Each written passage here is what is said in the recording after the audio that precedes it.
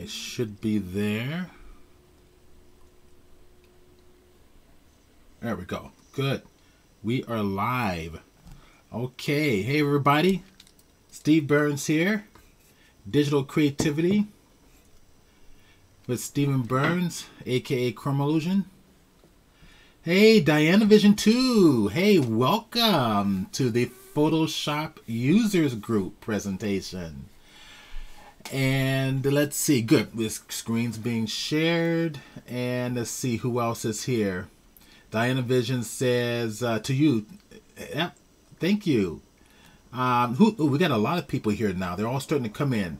Billickers, I think is how it's pronounced. Welcome. Buster66. Hey, welcome. Diana Vision's here. Eclipse Pee-wee something. Welcome. Gretchen Gainsworth. Oh my gosh, it's the wonderful, beautiful Gretchen. Hello, Gretchen. Welcome. It's good to see you. We got to chat soon. I'll give you a call. Okay. IB Wizard's here. IB Wizard is David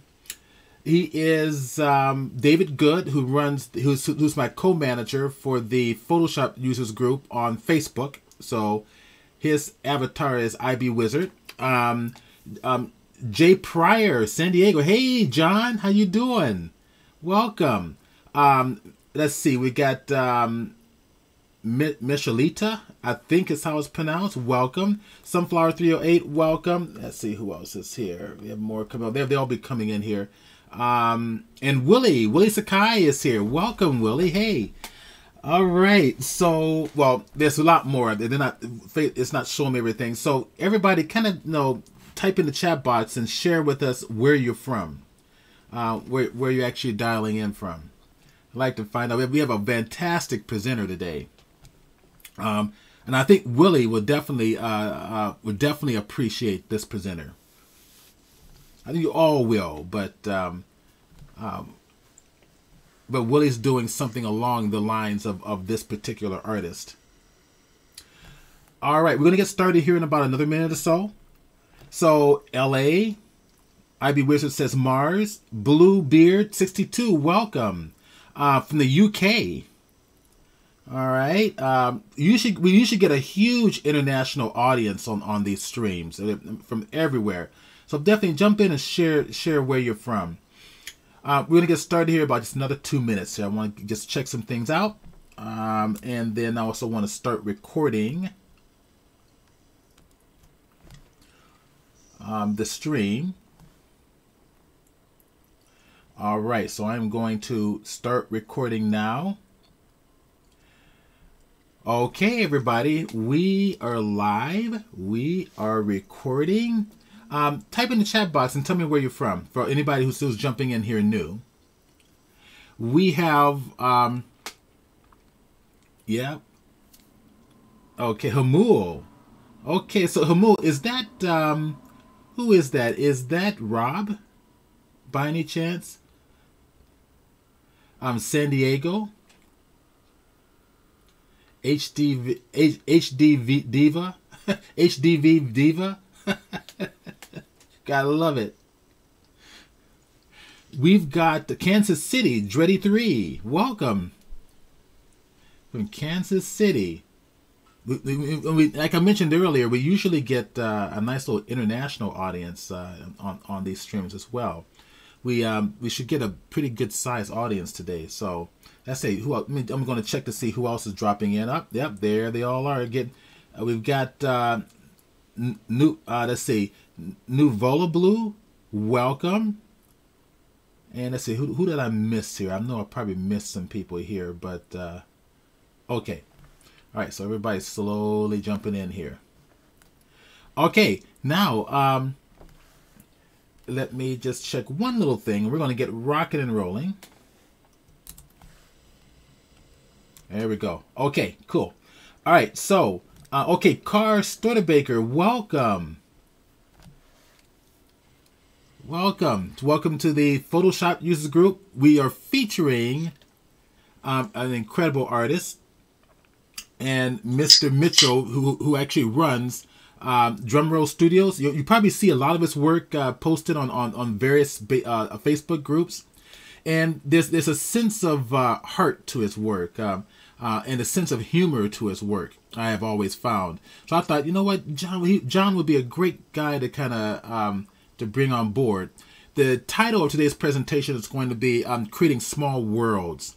And John's going to kind of take you through his whole workflow on how he creates, how he organizes his images, where he gets his ideas from, and his techniques in Photoshop for pulling it all together. So he's going to get to share with you today how he gets to actually just organize all these things, adjust his lighting so they looks realistic, and that's really one of the key things when we starting to use compositing techniques is how do we make everything look like that they're integrated into one piece.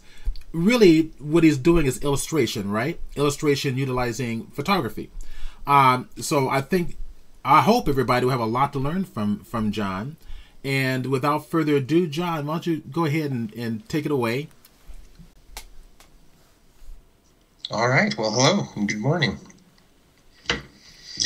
So my name is John. I am the artist behind Drumroll Studios, and I am based out of Seattle, Washington, just a little bit north of Seattle.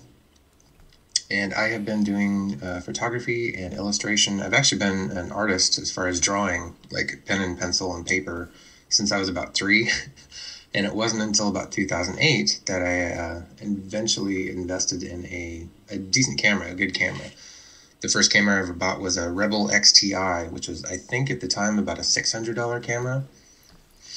But the reason I purchased it was because I was going on a trip overseas to London. It was my first time overseas, and I really wanted to have a good camera to take pictures with, because at that point in time, cell phone cameras were not very good, and I just didn't have any good options. So I just kind of dove in and got a camera.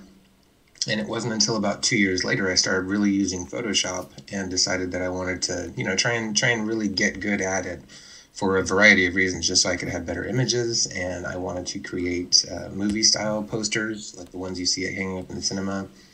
And so I just decided to try and get really good at Photoshop. And I didn't have any official courses or any classes or anything like that. A lot of it was experimenting and pressing buttons and seeing what did work and what didn't work, and a lot of watching what other people did as far as the Flickr groups that I was involved in. I was a big Flickr proponent back in the day for about 2 or 3 years.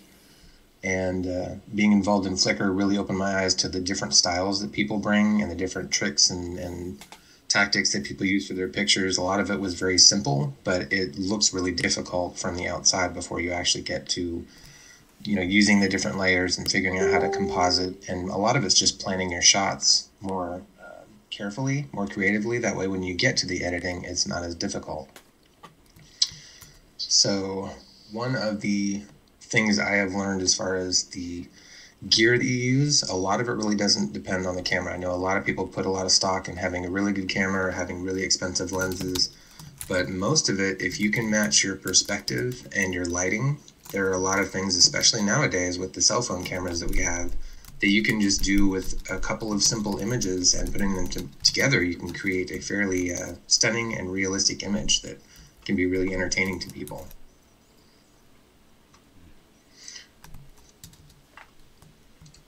So a few of the things I wanted to just sort of demonstrate, just show a few of the images over the years that I have created so that people who aren't familiar with my work can check them out. This was the first image that I had ever done in this particular style of small and big objects in the exact same picture. And this was 2010, if I remember right. I don't actually have the Photoshop file for this one, unfortunately, but I did have I still had the original image off of Flickr. And this is only I think it's one shot of the bottle, one shot of me pretending like I'm climbing a rope, and then the reflection that you see in the bottle right beneath my boots is actually the same image of me climbing. It's just flipped, and I think it's slightly warped, possibly. Like, this was a very big experiment for me as far as figuring out what to do with layers and how to make them, what was in my head, come out on screen. And I had drawn a sketch of this ahead of time to try and figure out what I needed to plan out and what I needed to shoot. And this was obviously not a big production. It was several, a couple of different shots in the same area and the same lighting. That way I could match all of that. And then the real trick was in the editing later on. The rope, quote unquote, that I am climbing is actually all digital. There was nothing really there. If you zoom in really close, you can see that it's basically just 2 or 3 different shades of brown that have been drawn in. And I would probably do it a little different now, but this was, 10 years ago. So at the time, it was my only option. I didn't really know what else to do. I didn't want to use real rope because I figured that the tension on it wouldn't be the same. So I just tried to hold my hands in a specific way. And if I remember right, I took a lot of pictures of both myself and the bottle just to make sure I had lots of options to work with. And when I first uploaded this, there were several people that were asking me how in the world I had done it. And they were just so curious. And I told them I just kind of messed around and came up with it. I wasn't following a particular pattern or any kind of tutorial. I hadn't really seen anything like this for myself at that time. I had seen a couple of images people had done, but nothing that was like a step-by-step walkthrough. So I didn't really know, and I just decided that I was gonna try and do it on my own. And over the years after that, there were a couple more that I tried here and there. This is another one that I did with a very small, probably a 7 or 8 inch tall hourglass that has dragon statue elements on it. And again, it was just 1 or 2 shots of each thing and 1 or 2 shots of myself. You can actually see in my left hand, if you zoom in, or if you notice, there's a remote in my hand. I didn't even Photoshop that out. I probably should have, but you couldn't really tell unless you knew what you were looking for. And this image, same as with the Jameson bottle one, it was just something I had kind of had an idea for and tried to make work as far as the lighting and the shadows. And this was about probably 2011, maybe late 2011, early 2012. So I had only made a couple of these images at that time, and it really wasn't something I was known for and or that stuck, I guess.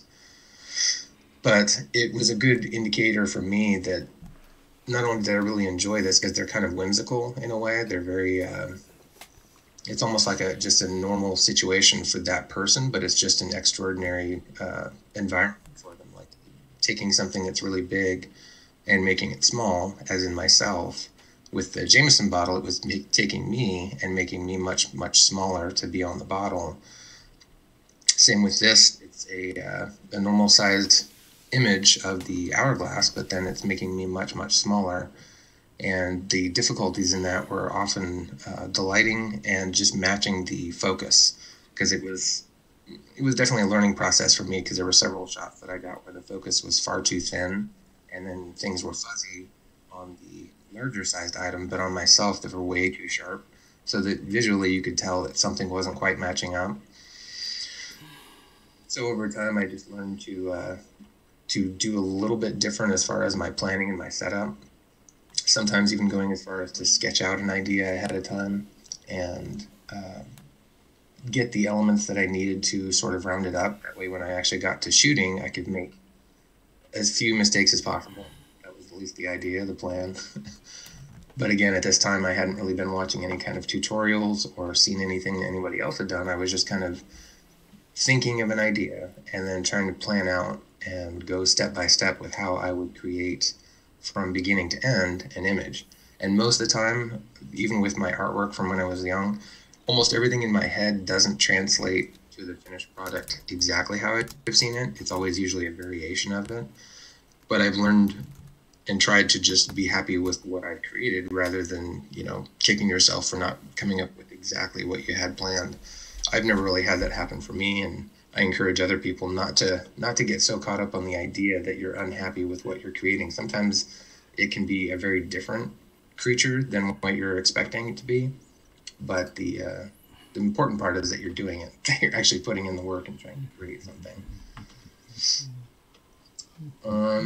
I can go and show some more images, or I could wait till later for more of that. What do you think, Stephen? I think it's great. I love the direction you're going through, and some of the insights that you're sharing with everybody. Can you share more of some of your pieces, completed pieces? Yeah. Yeah, I was just going back to these first two were from back almost 10 years ago. I think the first one was 2010 and this was 2011. this is a jump to a different style of thing. This is one that I didn't do with a person subject in it necessarily, but a few years ago I got into shooting with toys as well, because that also presented a challenge in taking something that was very much, much smaller and trying to place it into a larger environment. So usually when I get an idea, I try to write it down. I've got a fairly large running list of things that if I get just the slightest inkling of an idea of, this would be funny or this would be a cool thing to do, or sometimes even if it's just I can't figure out how I would shoot it, that usually challenges me to like, okay, well now I need to figure out how to do it. If it's making me kind of curious, like I don't know how I would shoot it, that's automatically very attractive to me because I want to challenge myself and I want to, I like embracing a challenge even if it doesn't turn out how I wanted it to. So for this in particular, it was a Star Wars toy. It's a TIE fighter that's probably 7 or 8 inches tall and maybe 8 or 9 inches wide.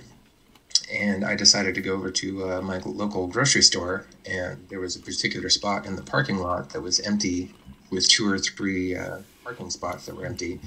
And so I decided that would be my background shot.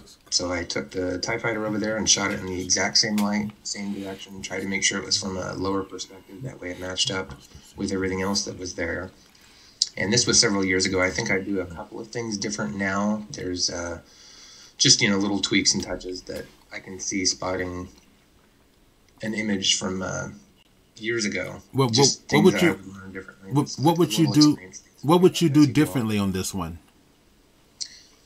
For this one, the biggest thing to me that I would want to change is there's a shadow over here on the red truck. There's a shadow on the ground that, in my opinion, just because of the way the lighting is, it doesn't go far enough. Right. I think at the time I might have stopped short of the red truck just because I didn't know exactly how to make the shadow go up onto the truck and make it look convincing. Exactly. But you can tell from the right side of the TIE fighter that the shadow would actually be a lot longer. And it would probably, just because of the size of it, because of how big the wings are, how tall they are, that to me it just doesn't sell it with 100% realism because the shadow doesn't stretch all the way across to the red truck. It would be slightly shadowing it. Right. So to me that would be the biggest thing. I would probably do something a little bit different with the clouds now as well. But again, that was, it's all a matter of taste. I don't really think there's a completely right or wrong way to do just about anything with editing, as long as that's what the person really wanted to do. And what store is that? That is a Fred Meyer in Linwood. North of Seattle. Okay, yeah. I don't think we have them down here. You don't have those down here? I don't think so. I've never seen it. Oh, interesting. It's like a Safeway or a QFC. It's just a little bit more of a little bit of everything. It's a home and food and all that stuff. It's just all combined. It's not simply a grocery store. It was the closest place nearby that I knew had a large parking lot, and at that point in the day wouldn't be too occupied. So I had a pretty good shot that there would be at least 2 or 3 spots that the TIE fighter could be a jerk and take out.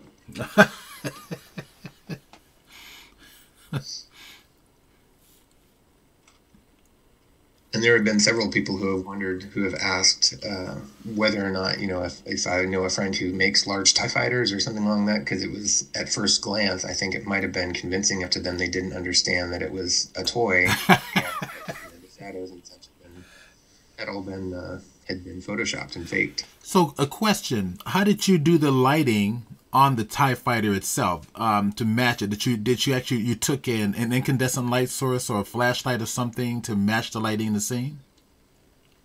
No, so the shot of the parking lot, I actually took the TIE fighter over to the parking lot, had it in my car with me. There you go. That would do it. The shot of the parking lot. Yeah, that would do it. I think I laid down on the ground, or I might have just knelt down just so I could get a much lower perspective. That's great. But I just set the TIE fighter right in the parking spot, and I made sure that the sun was hitting it on I guess it would be its left side, our right side. Right, and that way the TIE fighter would absorb all the colors and all the ambient colors around it and the proper lighting and so forth. Very good. Exactly. Yeah, and that's the shadow patterns and all of that, just to make sure that it was facing the same way that the sun would have been from that angle. So it was pretty much just matching shooting the same direction and making sure that my perspective was lower, and then the editing was pretty simple. The shadow that you can see on the right side from the car is actually fake. There wasn't an actual shadow there. And the shadow that's falling across the actual TIE fighter body itself from the wing was also just because I had it lined up so it would be the same direction as the parking lot was. So a lot of it was just planning to make sure I was shooting at the same direction and then getting low enough that the perspective was close enough to matching. I don't know if it's exactly matching, but it was close enough to eyeball, for me at least, that I knew it would be a convincing look. All right, very, very cool. So yeah, this is a little bit jumping around. I think the TIE Fighter was from 2016 or 17. Okay. So it was a little bit newer than some of the older ones I had been showing earlier, but this is kind of and then this is the promo image for the workhorse for today. This was one of those images that it didn't start out as big. I didn't have it zoomed in as much originally in my head. But the idea was that I would be cleaning. I think it just came to me when I was cleaning my lenses one day, just cleaning and getting them ready. And I thought it would be really funny to do a shot where the camera was just huge and there was this little tiny lens cleaner guy that was cleaning the front. And then from there it developed where he wasn't just cleaning it with a rag. He actually had a squeegee, like you would find at the gas station or something along those lines. And then once I had set up to shoot the image itself, I realized that if I shot it with my camera as the subject, I wouldn't be able to take the picture of it with the camera that I needed because I wanted a high quality image. So I decided to use one of my backup cameras that I use for a lot of slow motion video. And I have an adapter for my Canon lenses. So I attached that on there, which is why some people are always, they always bring up you can see that the Lumix GH, I think it's a GH4, they're curious why I used that for it. So that it was just simply a matter of necessity. It wasn't that I deliberately wanted to use the Lumix, but I did want to use the 50mm lens because I thought it was a really cool lens and it was very picturesque and it made it, it just made it seem larger than life. Do you have a favorite lens?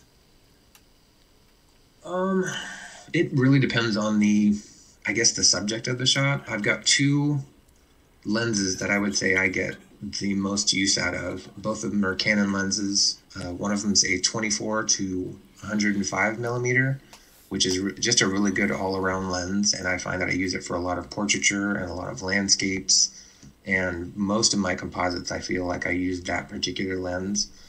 But I also like a 70 to 300mm lens. It's a 5.6, I think, Canon lens, and that one's also an excellent lens. It gives really good quality, really, really sharp, but it is a little bit more of a workhorse since it's not only heavier, but it's 5.6, I think, is the lowest when it's fully extended, when it's fully zoomed out.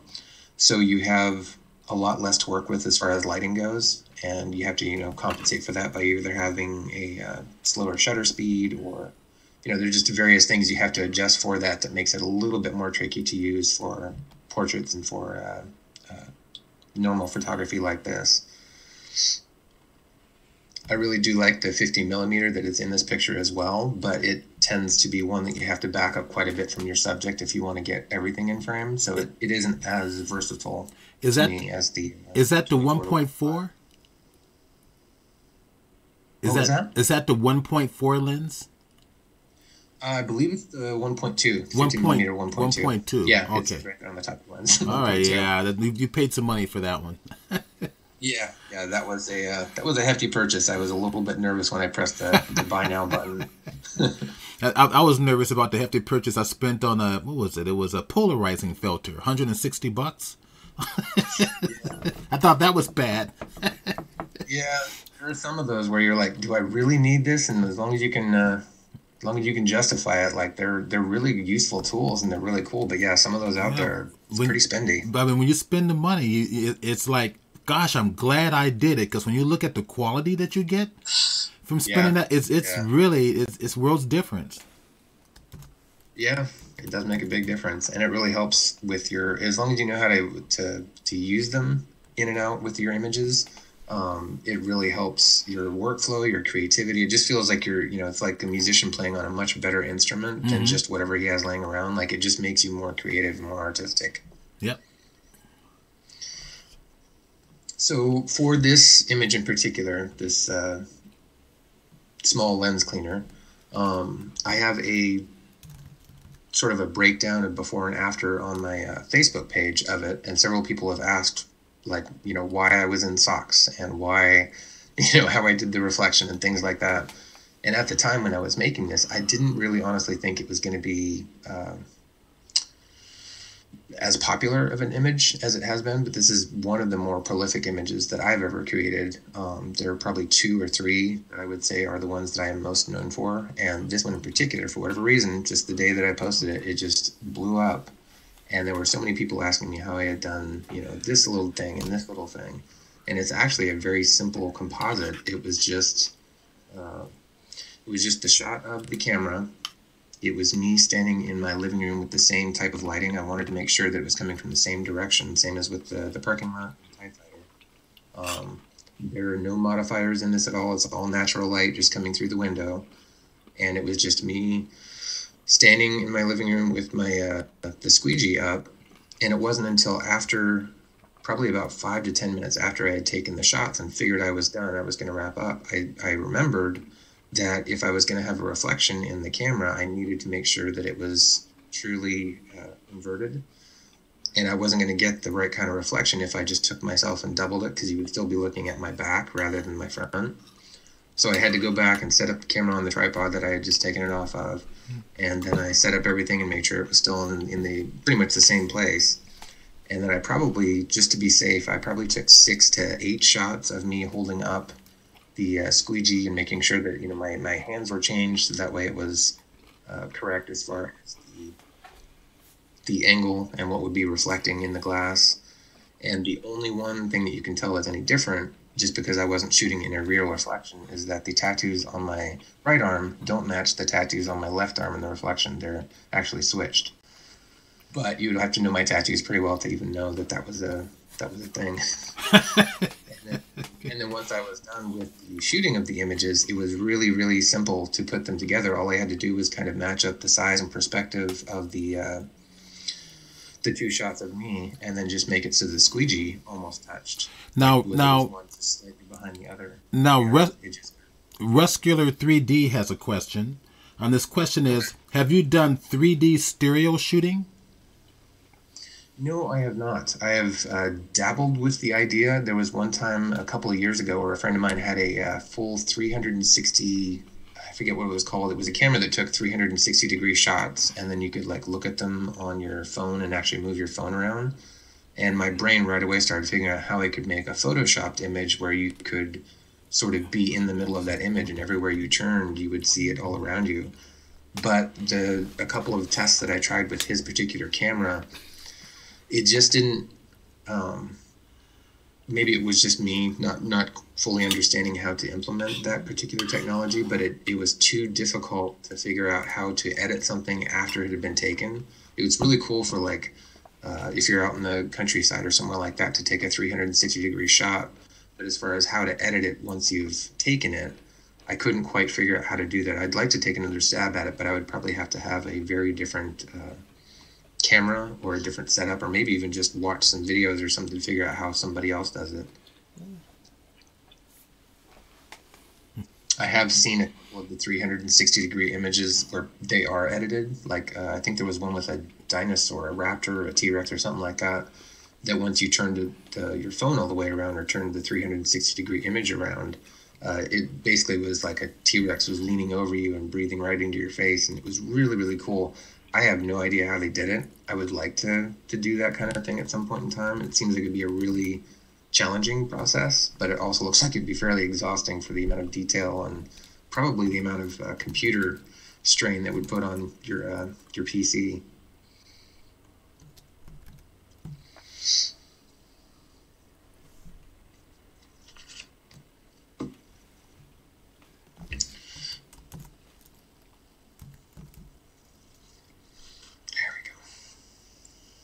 Were there any other questions anybody wanted?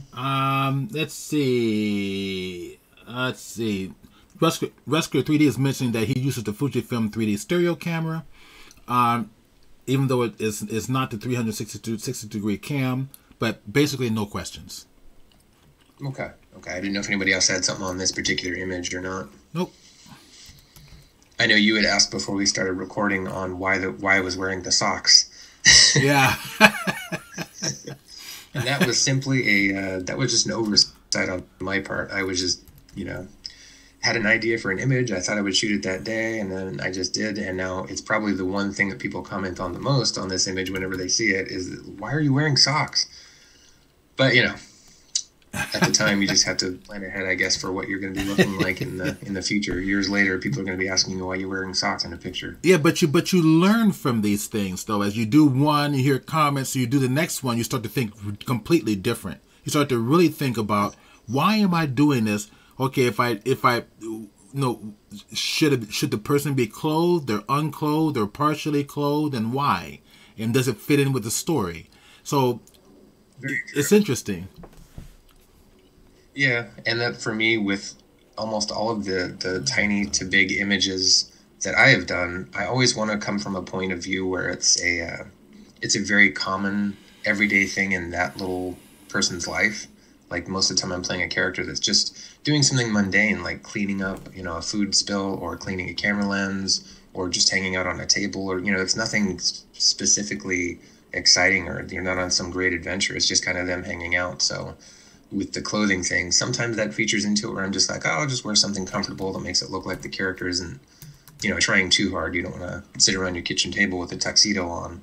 But it also does make you think about, like we were just saying with the socks. It's just something you kind of plan for in the future to be like, oh, okay, maybe, next time I'll put on boots of some kind, or shoes, or, something like that, just so it helps maybe make the image a little less distracting. But at the same time, I think it is funny that this image looks it's almost overly relaxed. He's just hanging out in his socks, cleaning a camera lens that's probably going to get dusty again right away. Okay, now Bluebeard62 has a question. Wait, actually, let me back up a little bit. You have a couple questions here. Let me start with the first one. Ahi Ab says, when shooting, do you have a scale in mind, such as 1/4 or 1:1 or so forth? Oh, interesting. I don't actually have a particular scale in mind. Sometimes I will try and match, if I am making myself much smaller, sometimes I'll try and just match whatever the object is, and that can be anything from probably 1/12 to 1/6 scale, somewhere in there, but it's never a set thing. It always depends on the item in particular. And even then, once I've shot some things, I will notice that either I will make the thing a little bit smaller, like I'll shrink it down a little bit just to make it match up a little better, or I'll make little tweaks and changes here and there. So there's no specific set size that I go for. So it always depends on the image. So basically, the objects in your scene are probably 1:1 to one another, in relationship to one another, but you're the only, your person is the only adjustment in the whole concept. Yeah, that's almost, I would say, pretty much all of them. There might be a couple here and there that I'm kind of forgetting, but I think pretty much everything else is 1:1. And the guy, the objects that I'm making bigger or making myself smaller, it usually is fed by the idea of the story. That's usually kind of informed on that. Okay. And so if I'll make myself much smaller for some blueberries, which you'll see an image of later on, that was just depending on how big it felt, as far as the if the blueberries were way too big or if they were way too small. I would just kind of modify my particular size once I was editing to just where it felt like it was about the right size comparison to what I wanted. All right, now Bluebeard62, his or her question is, how do you get the perspective for your self-portraits? So that is something that it's hard to describe, because it's almost like an intuitive thing that comes with experience. Early on, when I was doing shots like this, I would take several different angles, several different perspectives, and try and make sure that I would try and get from the images themselves. I would try and make sure everything was perfect right off the bat. And I found out that it's really hard to get the exact perspective. The best thing that I learned to do was try and get the same direction, same angle. So if I'm doing something same as this, the Lumix camera here, with the camera that I was shooting this, I got all the way to the floor, and then I even slightly tilted the camera back towards the ceiling. That way you get that slightly looking upward angle to it. But the camera was as close to the floor as I could possibly get it, just resting it on the floor and then tilting it back. And then once I shot the image of myself, I made sure that it was on a tripod. It wasn't at an extremely lower setting, because then otherwise it would stretch me out since I'm much taller than the camera. But I made sure to get a fairly flat angled shot. And then occasionally, if I find out that I've made a mistake, even if it's just slight in Photoshop, I will edit where I will do the perspective warp just slightly on either the top or the bottom of the image, whatever is going to make it line up a little bit more realistically. But for the most part, when I am shooting nowadays, I don't remember exactly how it was like years ago when I was doing it, but nowadays I can kind of just eyeball something and figure out whether or not I need to have the camera angled much higher or much lower. I always try and make sure I get everything of the subject in the frame. I think that that's really, really important. You can make a lot of modifications afterwards if you really need to, but if you don't have all of your subject in the frame at the time of shooting, you're going to have a problem later on if you try and adjust anything because you were missing part of your subject or of your environment even. And then you have to figure out how to clone something in, or if you had enough shots of it to put a little piece in to help. And that is it on the questions. Okay. Well, I think, unless there was anything else on this one, we can move on from this image. Ooh. So this is probably the one image that I am most known for. This was a contest submission back in 2011, and this was probably my fourth or fifth time doing something like this where it was messing with sizes. And the biggest inspiration behind it was one of my favorite artists, MC Escher, has done a lot of stuff like this. He was a surreal artist, and he did a lot of pen and pencil and watercolor pictures that really messed with perspectives and with sizes, and he's just a really, really interesting brain. I always liked his work, and when the idea came to me to be drawing myself on the piece of paper, I didn't know how to do it. I honestly was kind of stumped for a little while, and I had a couple of ideas in my head, and when I finally went to go and shoot this image, it was two shots. There's one of me with the board on my lap, and I'm drawing with my pen on an actual piece of paper. And then the very next shot, I got a camera, put it on the tripod, and I angled it slightly down where I was sitting on the same deck that I had taken this picture in. And I made sure that I was looking up at the camera so that it was, the perspectives matched and the angles matched.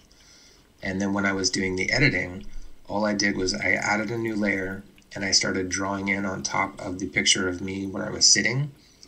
And then once I had drawn in enough that I thought it looked like a pretty decent pen or ink drawing, I went back in and I started masking out the actual photograph of me sitting there. That way all it was left was the boots and the pants, so it looked like it was in the process of being finished. And then the shadows underneath the hands are something that I would probably do different now because they don't quite line up with the shadow that's coming from the pen.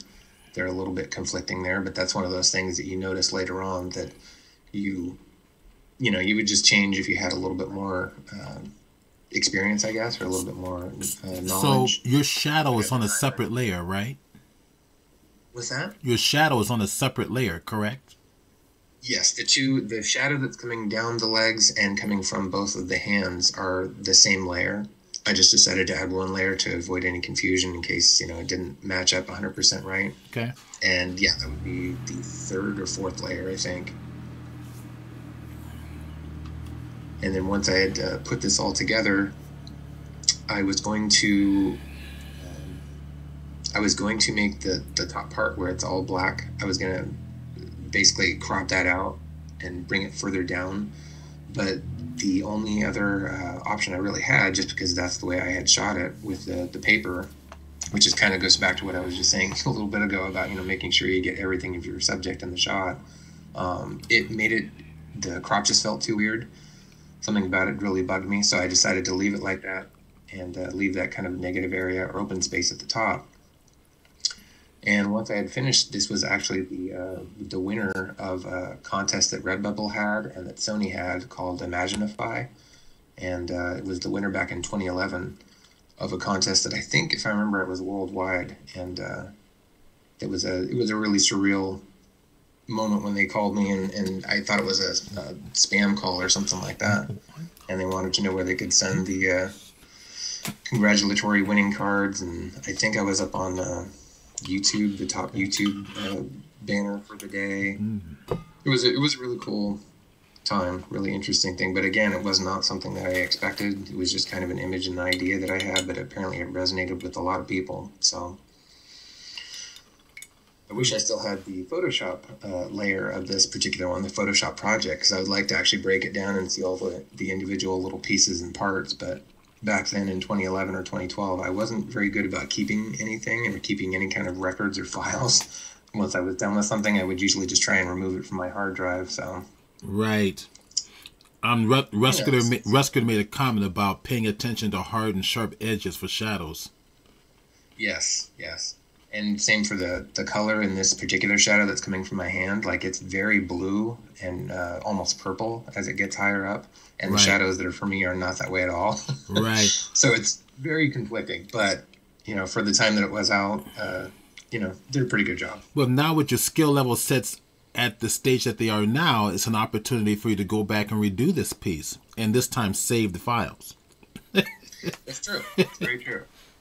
I have been told by several people that I should go back and redo some older images, and I'm kind of two schools of thought on that, because I understand the desire to go back and fix something or change something, but I also think that sometimes you need to not necessarily walk away from, but once you're finished with something, just kind of leave it for what it is rather than keep trying to touch it up, because you could spend years just keeping like, no, I didn't do it right this time either. I'm going to go back and do it again. And for me, at least, that gets a little bit creatively stifling if you're constantly trying to make up for past mistakes, I guess. I find that I find that I go back to old image maybe a year or two later after I've worked on other stuff.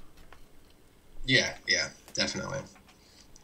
And there are some images that I've over time that I've redone because I've looked at them later on and been like, oh, you know, it'd be a really cool thing to do it this way this time, and I actually have a bit of a difference in it's almost like an interpretation or like a remake of an image rather than simply going back and fixing something. Right.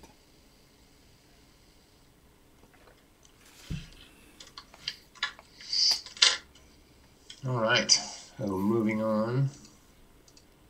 Maybe. Definitely move on. Yeah. So this is another image from this is probably 2012. And no, it's probably a little bit later now, maybe 2013 or 2014. But I decided one day that I was going to play a prank on a friend of mine who's really into motorbikes. And I had come across a small, like, I think it was a 1/12 scale Harley Davidson toy, and it was really, really detailed. I don't remember the name of the company now, but it was very finely detailed, and it looked very real. And so I decided I was going to play a prank on him and tell him that I had found somebody who was getting rid of this. They were just throwing this bike out, and I didn't know anything about it, and I told him, some specs on it, because I'm not a big bike guy, but he is, so I knew that he would freak out as soon as he saw that somebody was throwing this away. And so he messaged me and basically was like saying, I'll give you whatever you want for it, and make sure to bring it over to my house. And it was a toy that I had photoshopped myself on simply to fool him. And a couple of other people had noticed as well and commented that they wanted the bike as, they wanted to keep it too. And then I waited, I think, a couple of hours before I showed him a picture of me holding the bike in the palm of my hand, and that it wasn't a full-size bike after all. It was just a toy. And then it was probably, I don't know, maybe an hour or two after that some people started noticing that you can tell that there's blur on the back tire, and there's a little bit of blur towards the front tire because I didn't have my my depth of my field of focus. I didn't have it wide enough to actually capture that in focus as well. But if you just look at it really quickly, a lot of people were fooled into believing that it was a full-size bike, when in reality all it was me just slightly crouching in the street with I didn't have any seat or anything like that. I just slightly made a squat so that it looked kind of like I was sitting on something, and then I photoshopped the bike in underneath me and around me. That's clever. And again, this was one of those things where there's no light modifiers. I didn't have any flashes set up. I just tried to go for simple and effective and use the same setting with the same light and the same angle for both shots, both of me and of the toy. And there's the toy. This is the image that I sent him afterwards. And he had a good laugh about it, but he was also kind of sad and disappointed that I hadn't found him an awesome new bike.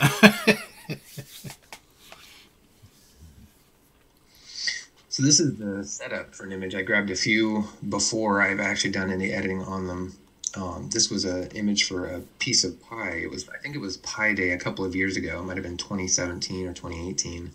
And there was this, I think it was a blueberry blackberry pie that one of the friends had made for me, and it was an interesting idea that came into my head to make a picture of a little guy with a fork, and he was just about ready to dive into the pie and have a feast. And so I had set it up with some stuff in the background, just random, normal stuff. I didn't try and get too extreme with props, keeping it simple. And then I set up a plate and the pie and made sure it was in focus. And then I decided that for this one in particular, I wanted to make sure that the perspective was fairly close. So I got this is a 1/12 inch Star Wars figure that I had set up because I wanted to see how the light affected it, how the shadows were on the table, whether or not there was reflection in the bottom side of the plate that curves down here, and just to see overall, how the figure would stand in the image, because I wanted to be informed on that later on when I edited myself in. So I had done that, and let's see if...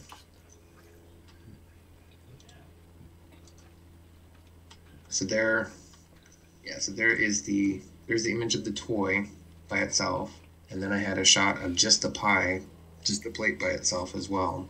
I wanted to make sure to get isolated shots, and I take probably anywhere from 3 to 7 shots most of the time anymore, just to make sure I've got good focus, good perspective, and that, in case anything lighting wise changes, I have options to choose from as far as the editing. There's nothing worse than when you finally get down to editing and you're compiling your images and trying to figure out what you have and what you don't have as far as a good look or, a line of sight, and discovering that you need to go and reshoot it. That sucks. And I personally hate that. So I try to make sure that if I'm going to take the time to set up things and shoot, that I'm getting everything I need and more from that particular shoot. That way, even if it's not 100% what I had in my head, I can still make a decent image out of whatever I've gone to shoot, whatever the process is. For this particular image, I don't remember how many lights. I know I had at least one flash that is to the camera's right that is bouncing off the wall and ceiling, and I made sure to leave that in place for all of the shots that I took so that the lighting was all coming from the same direction, and in case anything got any particular kinds of shine, that it would all match later on. So this is the isolated shot of the fork just being propped up by a cuff, just so I can have something to illuminate it from. I didn't want it sitting right on the table because I figured that would make some shadows and possibly make it a difficult editing process later on. And once I had isolated all of those images, I set up the same lights, and you can see on the wall right behind me here where it's really bright, it's bouncing off of the wall there. That way it matches everything I've already taken. And this is just me standing in my kitchen living room area and making sure that I'm looking down at the plate and trying to hold my arms. At first I was holding my left arm a little too low, and thankfully I had taken 3 or 4 different shots, and I had moved both of my arms in various positions and heights just to make sure that if I needed to, I could match up the fork later on. And if I remember right, I even used puppet warp a little bit on my left arm to bring the hand up a little higher for the back end of the fork. But it was close enough with this one that I knew this was the image I wanted to use for the finished shot. Where is it? There it is. And this is the final image. Once I put it all together and masked out the fork, masked out myself and the plate, I made some slight adjustments to where I was standing. You can see that even though I was standing on flat ground in the original shot of myself, I moved it so that my right leg is inside the plate this time and is a little bit higher as if I'm stepping up into the plate. That was just using puppet warp a little bit and making sure that my leg was a little bit shorter so it pulls up. And then there's 2 or 3 layers of shadow added. One of them is underneath the hands, both the top and bottom, so that you get that little bit of the shadow falling where the light wouldn't be hitting since it's coming off the wall behind. And then there's a little bit of shadow underneath my left foot that is drawing towards the plate. I think you should do another version of this where you like in the blueberries with the blueberry sauce all over your face and your body. That sounds like quite the mess. I mean, to me, all Photoshop. You want to get into that and eat it. Yeah, that would be a fun one too. You could just be sitting inside the blueberry pie, just having a feast. Now, see, this is interesting. Somebody just made a comment on here. It's Sub Chris. Oh my gosh, what the hell is this? Sub to Chrysomundary your bed? What? Whatever. Okay. All right. So your comment is the same comment I had made to John. Basically, it says he sounds like such a sweet, nice guy, but looks like he would fuck you up and mess you.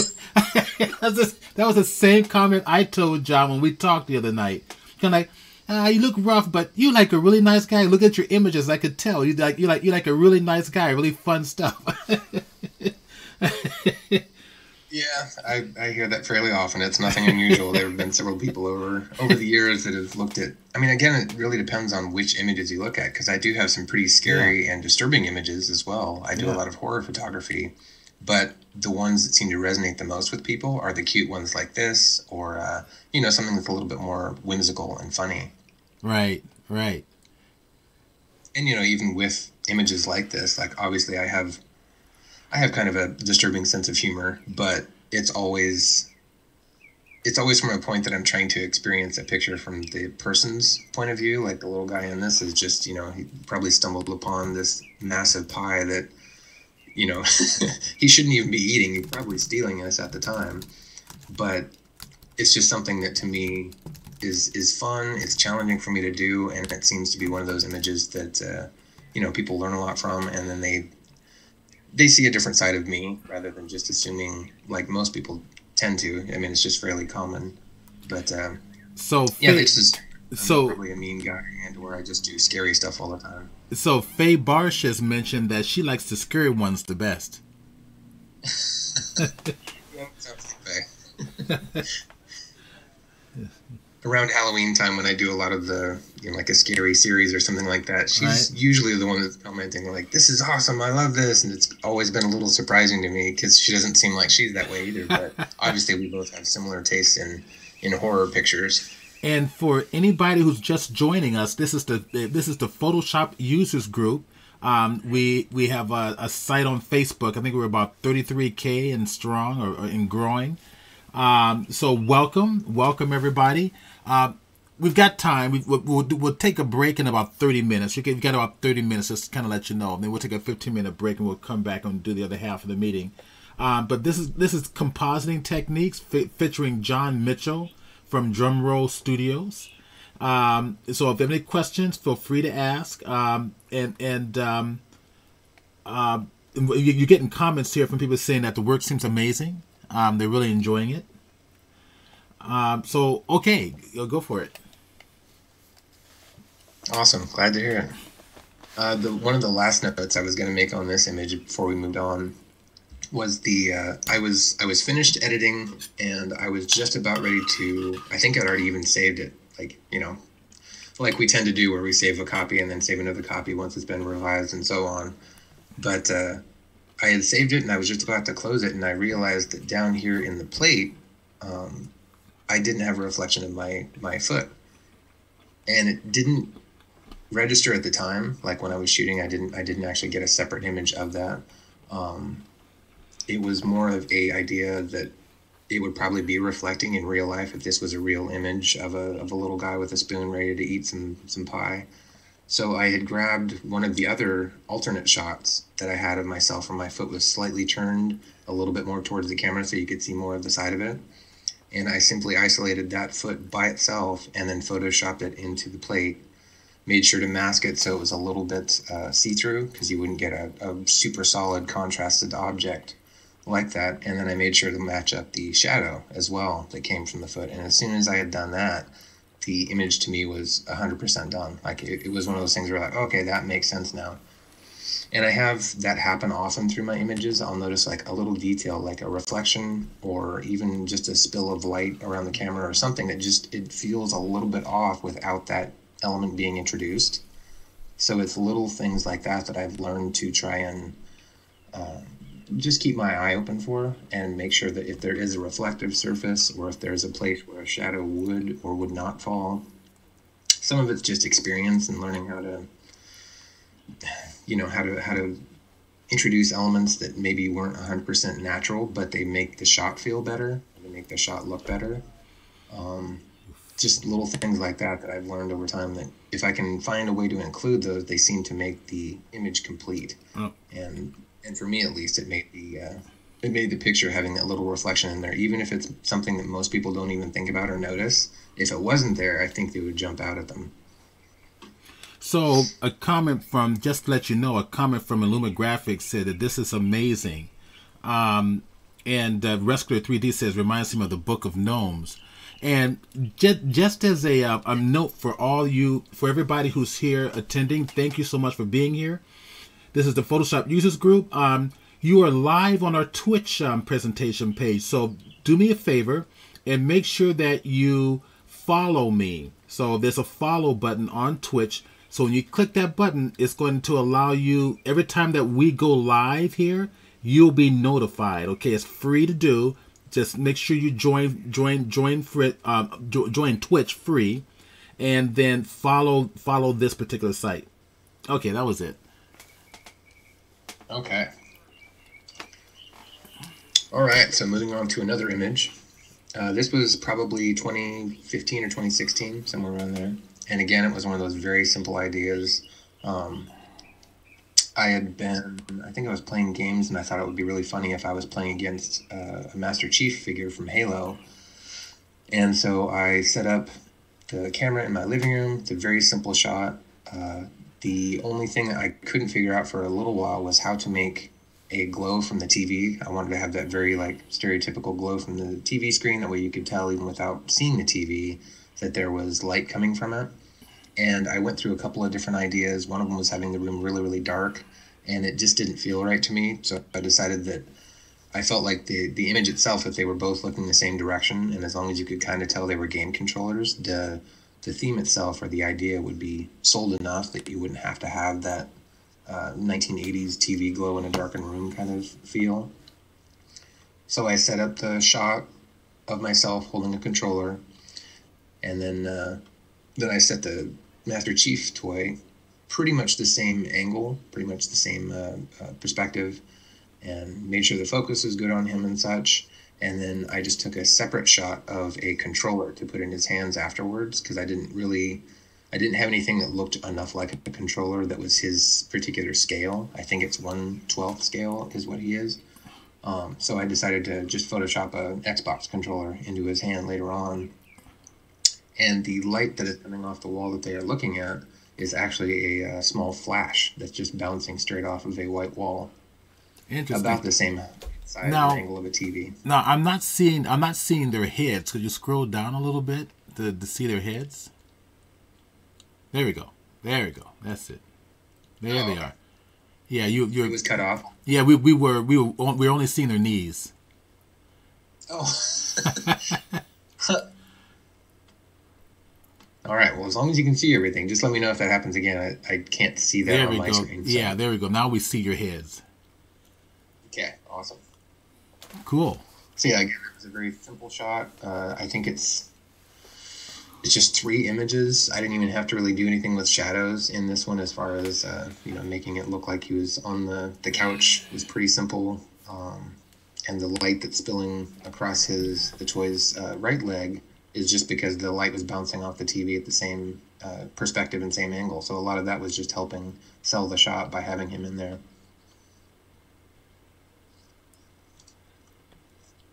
So this is another one that was size.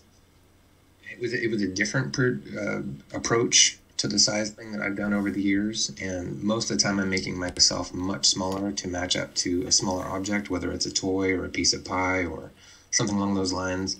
And the idea came to me that I should try and do a giant version of myself and make everything else look small, which presents its own kind of a slew of problems. For this one in particular, I knew that there was a building on Capitol Hill in Seattle that I just really loved the look of, with the overgrown plants on the outside of the wall.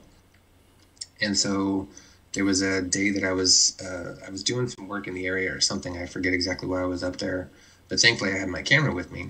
And so I set up outside the building really quickly, and I took probably 4 or 5 shots, and I wasn't even sure 100% of what angle I wanted in particular. But from the right side of the screen all the way over to the left is actually 3 different shots of the buildings that I photoshopped together, because I couldn't get them all in the exact same frame where it wasn't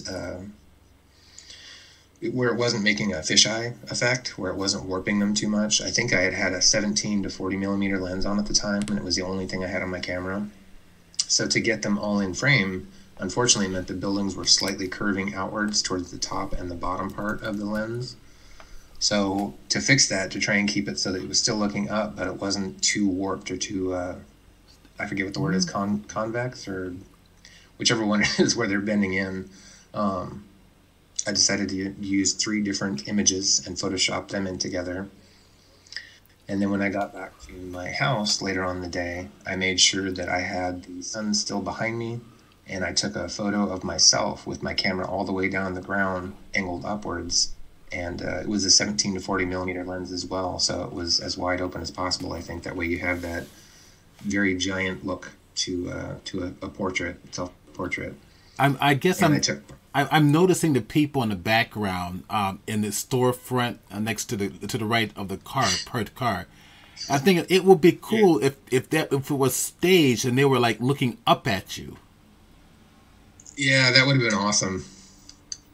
If I had had more people in mind, that might be a good idea to do it in the future. Try and get like 3 or 4 people to be in the shots with me that can, I don't even have to Photoshop them in. They can just go stand on the street and look up, and then I could redo the whole shot. And you can actually make that happen with a composite here. Put their heads on a separate layer and just kind of rotate them upwards. That's true. That's true. Cool. But when I had got the shot of myself in front of my garage back at my place, I probably took 4 or 5 at different angles. I didn't want to make it too extreme because I didn't want it to be, I didn't want my face to be too far angled back. So What I found was when I was taking a shot, and then I would check the shot to make sure it was similar to what I knew it would need to be as far as the buildings I had already taken shots of. So since I already had the building shots, and really informed my your head is cut off again. We're only seeing the top part. There we go. Yeah, you gotta keep it up. There we go. There it is. That's towards the top of the picture. I think it might just be when you move angle of my monitor. Yeah, when you move your cursor up, it brings us back to the top. Oh, okay. Okay, that's good to know.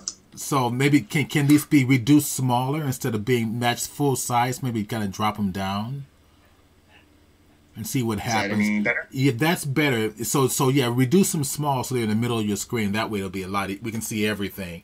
Now it's still scrolling a little bit. There, make it smaller. Keep going, smaller. Keep going, keep going. Keep going, smaller. Okay, there we go. That's it. Now put it in the center of your screen. Just drag it to your center of your screen. There we go. Is that pretty good? Yeah, that, well, you now went back down again. So just move. There you go. That's it. Well, it's like it's an auto scroll or something. Well, what program are you using to show these? I'm just using it's just photos in my. Do you have Bridge? Do you have Bridge? I do have. Yeah, Bridge. Adobe Bridge is better. It'll definitely show everything if you can have Bridge access that folder. Thanks, okay. Judy McLean. Yeah, I was seeing that too. Everybody's saying it's a killer image, and John had something to do with maximizing the window. It's a Windows thing, so you can maximize Bridge now. It's not going to do that on you. That's a Windows thing with So or is it? Huh. That's interesting because it's showing that it's perfectly in the center of the screen for me, but apparently if I move my monitor or if I move my cursor, it makes it big. Let's see what's going on here. All right, there we go. Let me do it this way for now. So I made adjustments to... Huh. All right, I made adjustments to my screen. It's going to be centered, but I think it'll be a lot better. There we go. And then if you click on one image and hit the spacebar key, that'll maximize it to your screen. There you go. Perfect. That's perfect. Is that good? That's good. Okay. Okay. That's great. So the last thing I was just going to point out, as I remembered it, since this was from years ago, when I was taking those shots of myself to make sure that my face was in view, because if I was just standing straight up and down, like I thought, should have been, it was too harsh of an angle as far as my face. Like you would basically see a little bit of my chest and my beard, and then that was about it as far as my face goes. So I had to actually bend over a little bit and lean towards the ground and then put my arm up. That way it made sure to match the perspective of the building. Very cool. So it was just one of those things where it was a good thing to check and make sure that my images were coming out similar to what I needed them, and then adjusting depending on what I needed to change to make sure. But you can't really tell in the picture that I'm leaning forward. It's just that it makes so much more sense for the rest of the image if you can see more of me than what you would have been able to with that particular lens. All right. And then okay, I was going to say, how do I get out of this now? Oh, hit space bar again. So, yeah. Yep. There you go. All right. So here's another one. This is one that I actually did last year, and it was part of a Photoshop group that I'm in, and they do weekly themes. It's called the Lightbulb Project. And they usually give a fairly not obscure, but it's a very wide-ranging theme.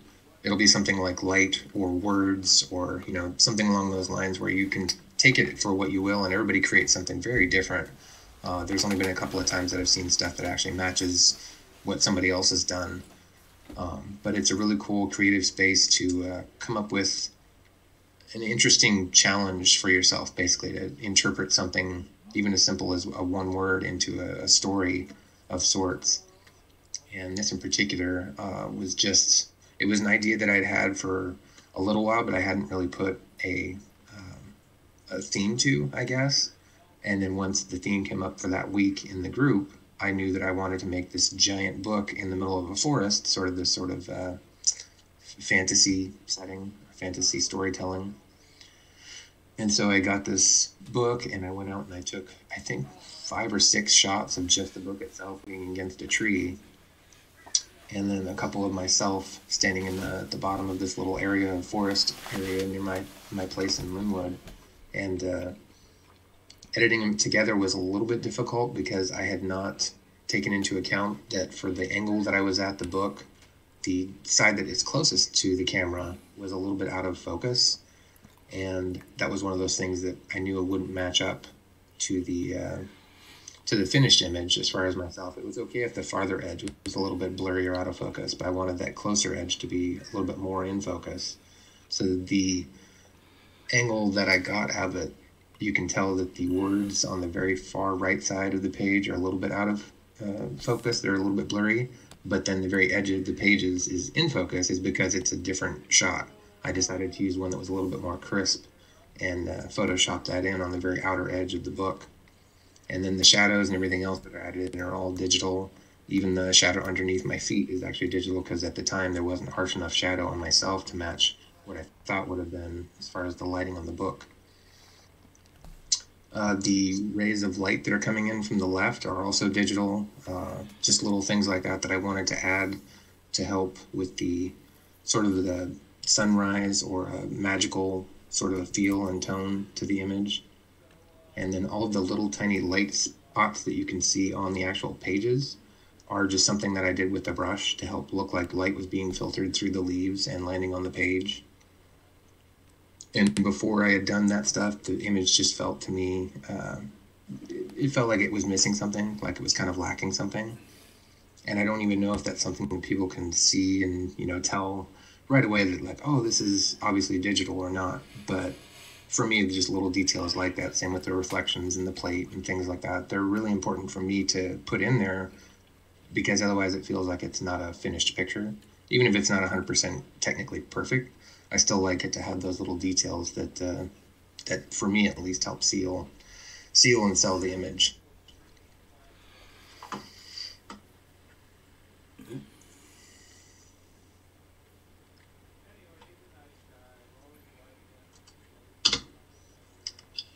This is one that I had done probably 2013 or 2014. And while the image is not very technically good, in my opinion, it's one of those ones that somebody wanted to know how to do a composite similar to the other ones, where it's like a small me versus a regular size environment or object. And so I made this fairly quick YouTube tutorial of this. And I think it was only a 15 or 20 minute long video. I didn't want to make it too long because I didn't want to just drag on with lots of details and such, but that was one of the reasons why this looks not as good as some of the other things that I've done, because it was more of a time crunch. But it was to hopefully illustrate to people that it doesn't really take a crazy amount of equipment and or lighting, and just to kind of show some basic techniques of how you would put something together. And obviously you'd want to take a lot more time when you're creating something, so especially if it will be a finished image. So there are those socks again. There are those socks again, I know. This is one of those images before the one with the camera, so, you know, I hadn't learned at this point in time, apparently. So that was your sock period. Maybe in like another 40 or 50 years, that'll be considered my sock period. Okay. As people are looking back through my gallery of images.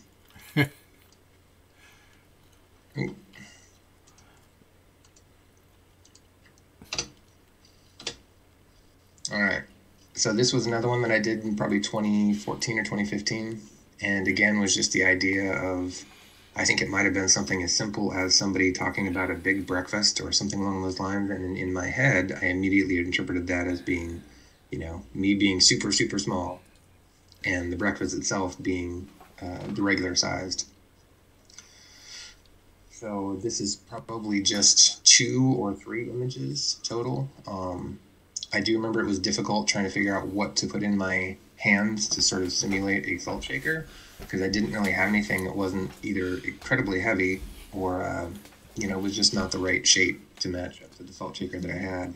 So eventually I had just taken 3 or 4 shots of myself holding, I think it was a long pillow, and then eventually I took 2 or 3 just as safeties where I wasn't holding anything. I just had my hands out, which is why my right hand, my bottom hand, looks like it's not quite holding anything. It's just kind of in the air, because I should have curled my fingers a little bit more to help sell that particular, you know, holding the weight of the salt shaker.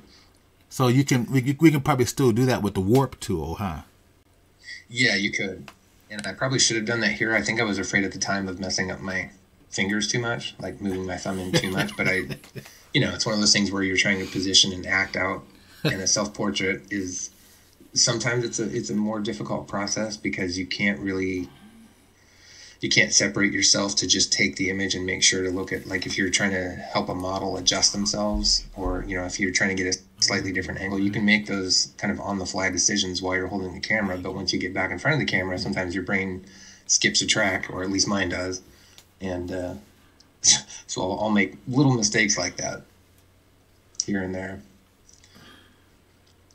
The shadow that's on the top part of the tortilla is digital, and the salt that's falling is actually I think it's a dust brush that I just turned to all white to make it look like it was salt. I thought about adding some shadows and such, but it wouldn't really make sense since the lighting in the image is not that harsh to have salt shadows, basically. But it was a fun one, and it's one of those images that several people have commented over time that they tried to figure out how to do it and they just couldn't. But it was a pretty simple setup. Very cool. All right, so back to blueberries, because they come up in my pictures fairly often. So this is one that I had shot probably 2016, 2017. And the idea, again, was just that I had just gotten some blueberry brushes not too long before, and I was really enjoying having them to eat every morning. And then I thought it would be really funny to do a blueberry pile where I'm just sitting down having lunch.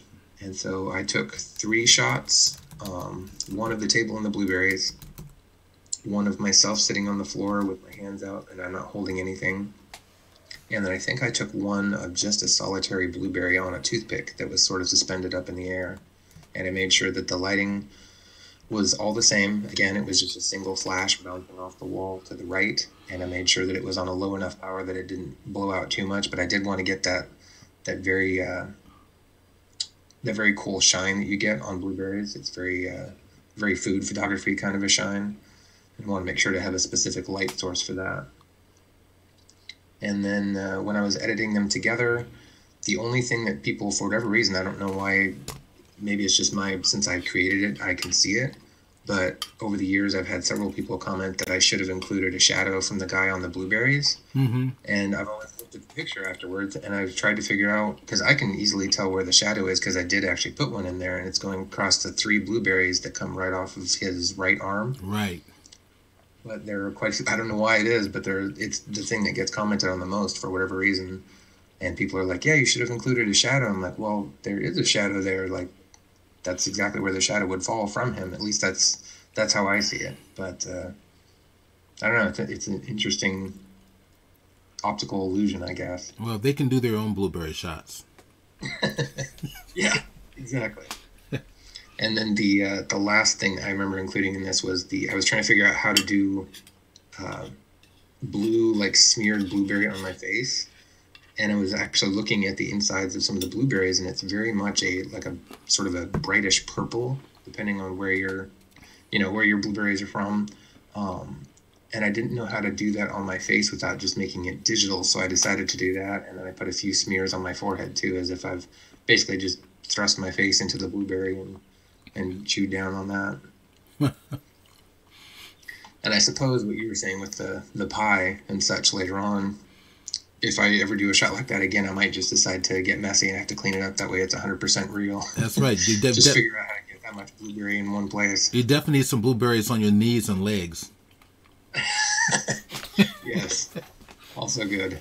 All right, so we're back to blueberries again. This was probably 2018 or 19. And I think if I remember right, this was another one of the light bulb project's themes, and the theme was size, I think. So I decided it would be funny if I was trying to, or maybe it was measurement. But my idea in my head, at least, was this guy was cooking a recipe using blueberries, and instead of measuring for like weight, he would just measure size. So he would stack up blueberries and get a certain amount of, it was like this weird cross section in my head of like construction and or baking. And the image itself was really simple to shoot. It wasn't as effective as I think as some of the other blueberry shots that I have done. But I did like the fact that I still placed myself next to the blueberries, and the thing I like the most about this particular image is the shadow that's on the stack of blueberries that's coming from the measuring tape. That was a really cool detail to put in that at the time when I was shooting it, I didn't even think about that. And then later on, once I put it in there, I thought that really helped seal the image. Interesting.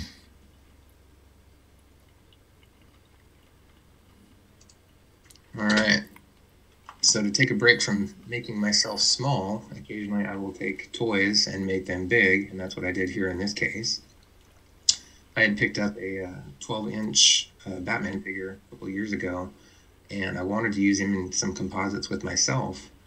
And I don't know where the idea came from exactly, but I thought it would be really funny, as if he had to borrow my car because his Batmobile had broken down or had run out of gas.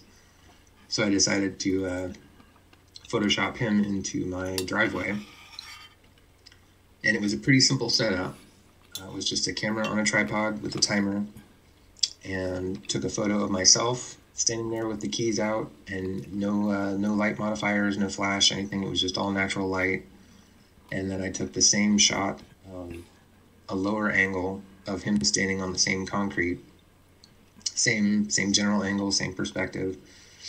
And when I had masked him out and placed a shadow underneath him, I realized that I needed to have something of him that was reflecting in the car, since you can see that my figure at least is being sort of reflected in the back of the side of the car.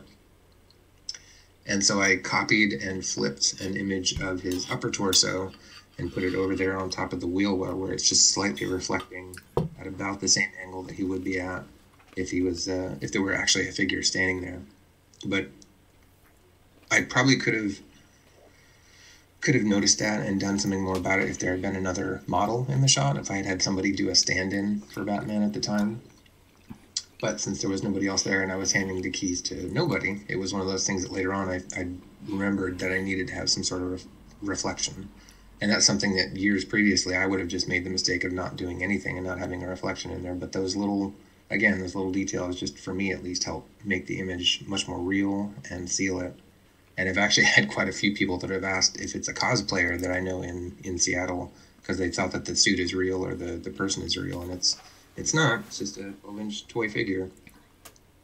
Very cool.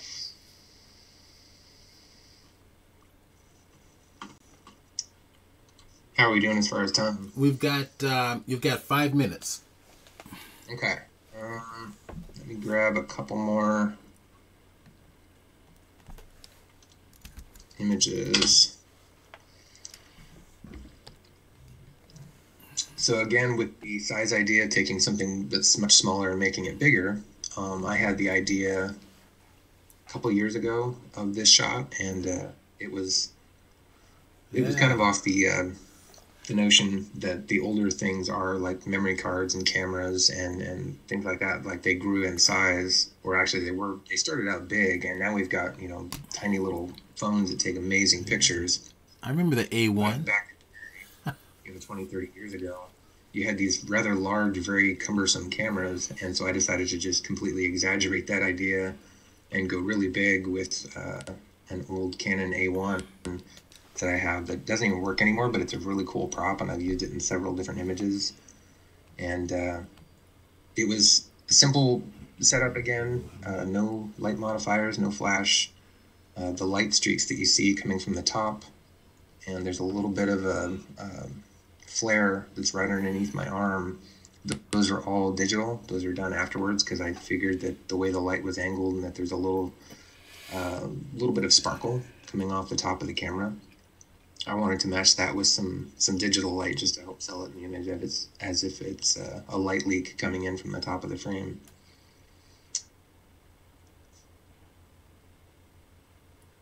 The image itself, I don't remember if it was, I think it was just the camera shot and then the shot of me, but the first 2 or 3 images that I took of myself, I realized that just having my arms in the right position wasn't going to matter.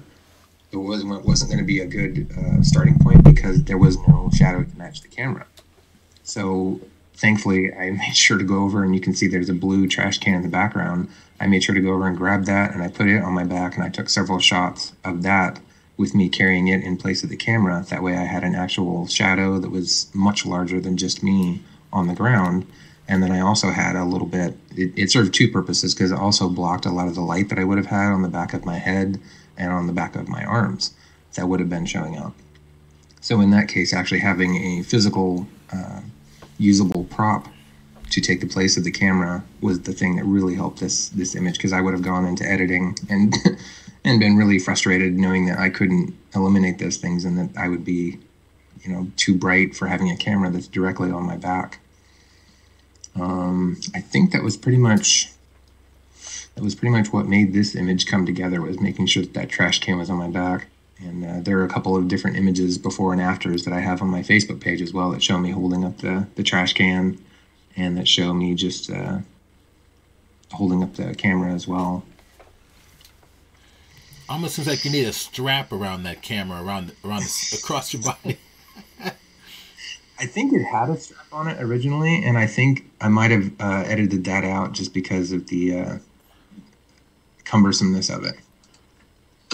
This is cool.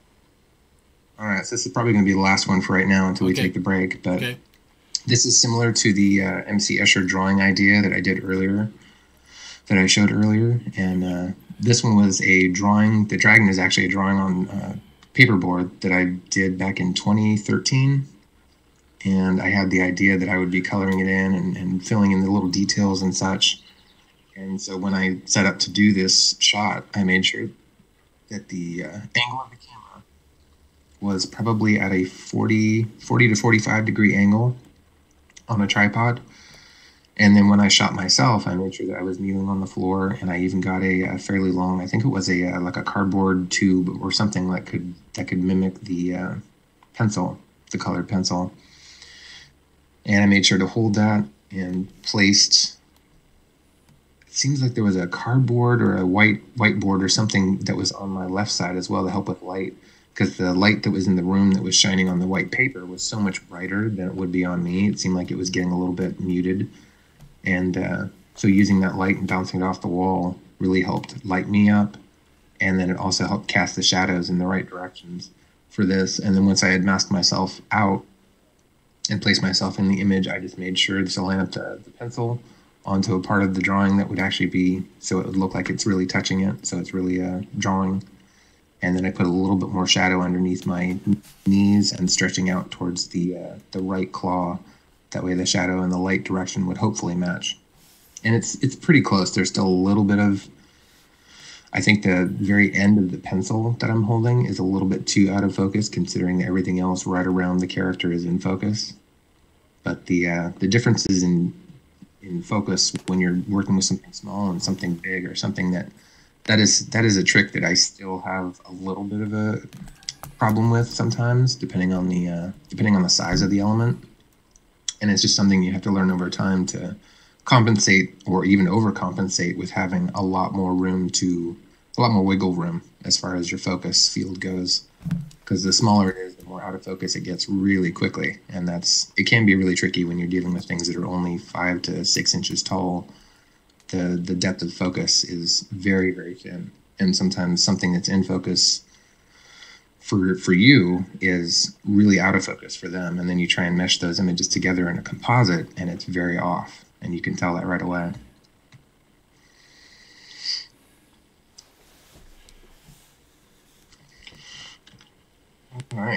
All right. So you wanna call it quits here to take our break. So I don't see any questions in the forum. If anybody has any questions, it's probably a good idea to post them now. But we're going to take a 15-minute break.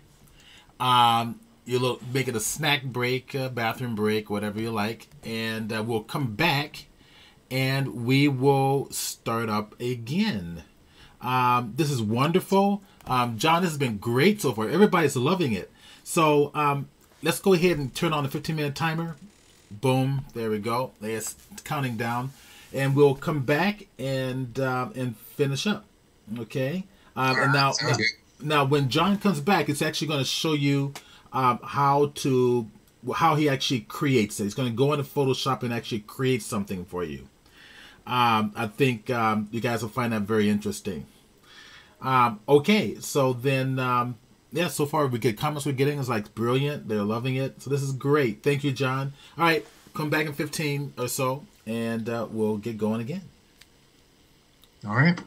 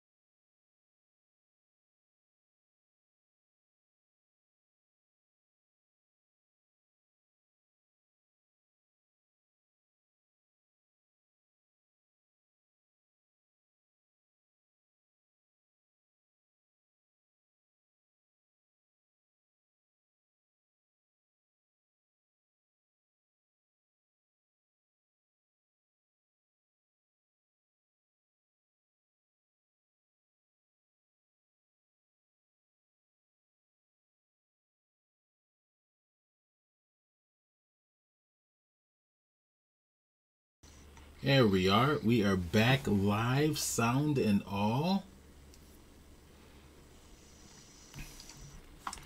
And it is about that time. Okay. Let me do this. Let me do a quick little midterm intro thing here. Okay, sounds good. All right, everybody, we're back again, part 2, with our presentation with John Mitchell from Drum Roll Studios. Great presentation, huh? So now we get to see him work live, and you get to interact and ask questions. So, hello, Genocide Squirrel. You're very welcome. So, Genocide Squirrel says, "Hi, Steve. Thanks for having such a talented artist enjoying the small perspective. You're welcome. Hi, Alexia." And Diana Vision 2 says, "This is a great presentation." Ruscular 3D says, "Hey, did the clock stop?" Yeah, the clock stopped. about 15 seconds ago. All right, so now we're going to get into Photoshop, and he's going to show you his workflow while you get to watch and interact with them. So ask questions and interact, and hopefully you can learn something new from all of this. Okay. So Ahi, I think it's pronounced Ahi Ab, says this is very inspiring. Graphic Studio, welcome. It's about time you get here. You get a lot of people online. Gosh. Hello, Akoff, man. Hello, Addison, 17388 or 17388. Ayab, welcome. Another viewer, welcome. Atten, welcome. Billikers, welcome. Bluebeard 62, welcome. Command Root, welcome. Hey, Crazy Cynical, welcome. Curtis Rhodes, welcome. Hey, how you doing? Cynthia Anna, welcome. Diana Vision 2, welcome. But it's actually Diana Vision to you. Dreddy 3, welcome. Equilispui, I think I'm going to screw that one up. Welcome. Welcome, Essence. Exitium, welcome. Faye Barsh, welcome. Feet, welcome. Genocide Squirrel, welcome. Graphic Studio, Helge 60, IB Wizard, Luma Graphics, Gemopi, J. Priors S. San Diego, GS 1000, Judy McLean, Lemon Juices, 12, welcome. Let's see, Michelita, welcome. Mandala, Nightwolf Prime, Rimastino, Ruscular 3D, Steph GB. Let's see, what am I missing here?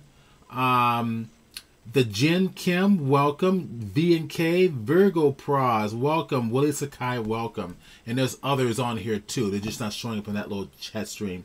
Okay, cool. So I'm going to let John take it away in just a minute. Now, also, I wanted to bring you guys attention to a workshop that I'm going to be teaching, and it's a 4-week workshop.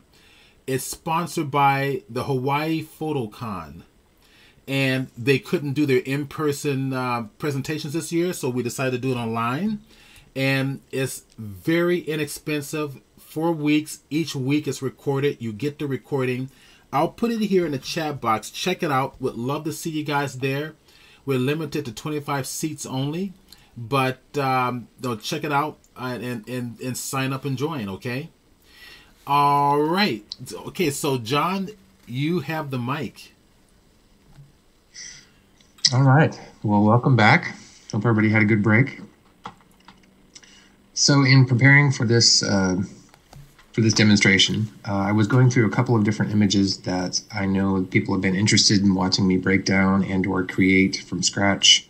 And this one was particular to me. It felt like it was a good example because it's not extremely difficult, but it was very visually effective. And a lot of people I got a lot of questions asking whether or not this was a difficult picture or how long it took, and it really wasn't that much. I guess I have a slightly skewed perspective because sometimes I've taken anywhere from 4 to 5 hours on some pictures, and that's a lot of time invested for some people. Like, it just seems daunting.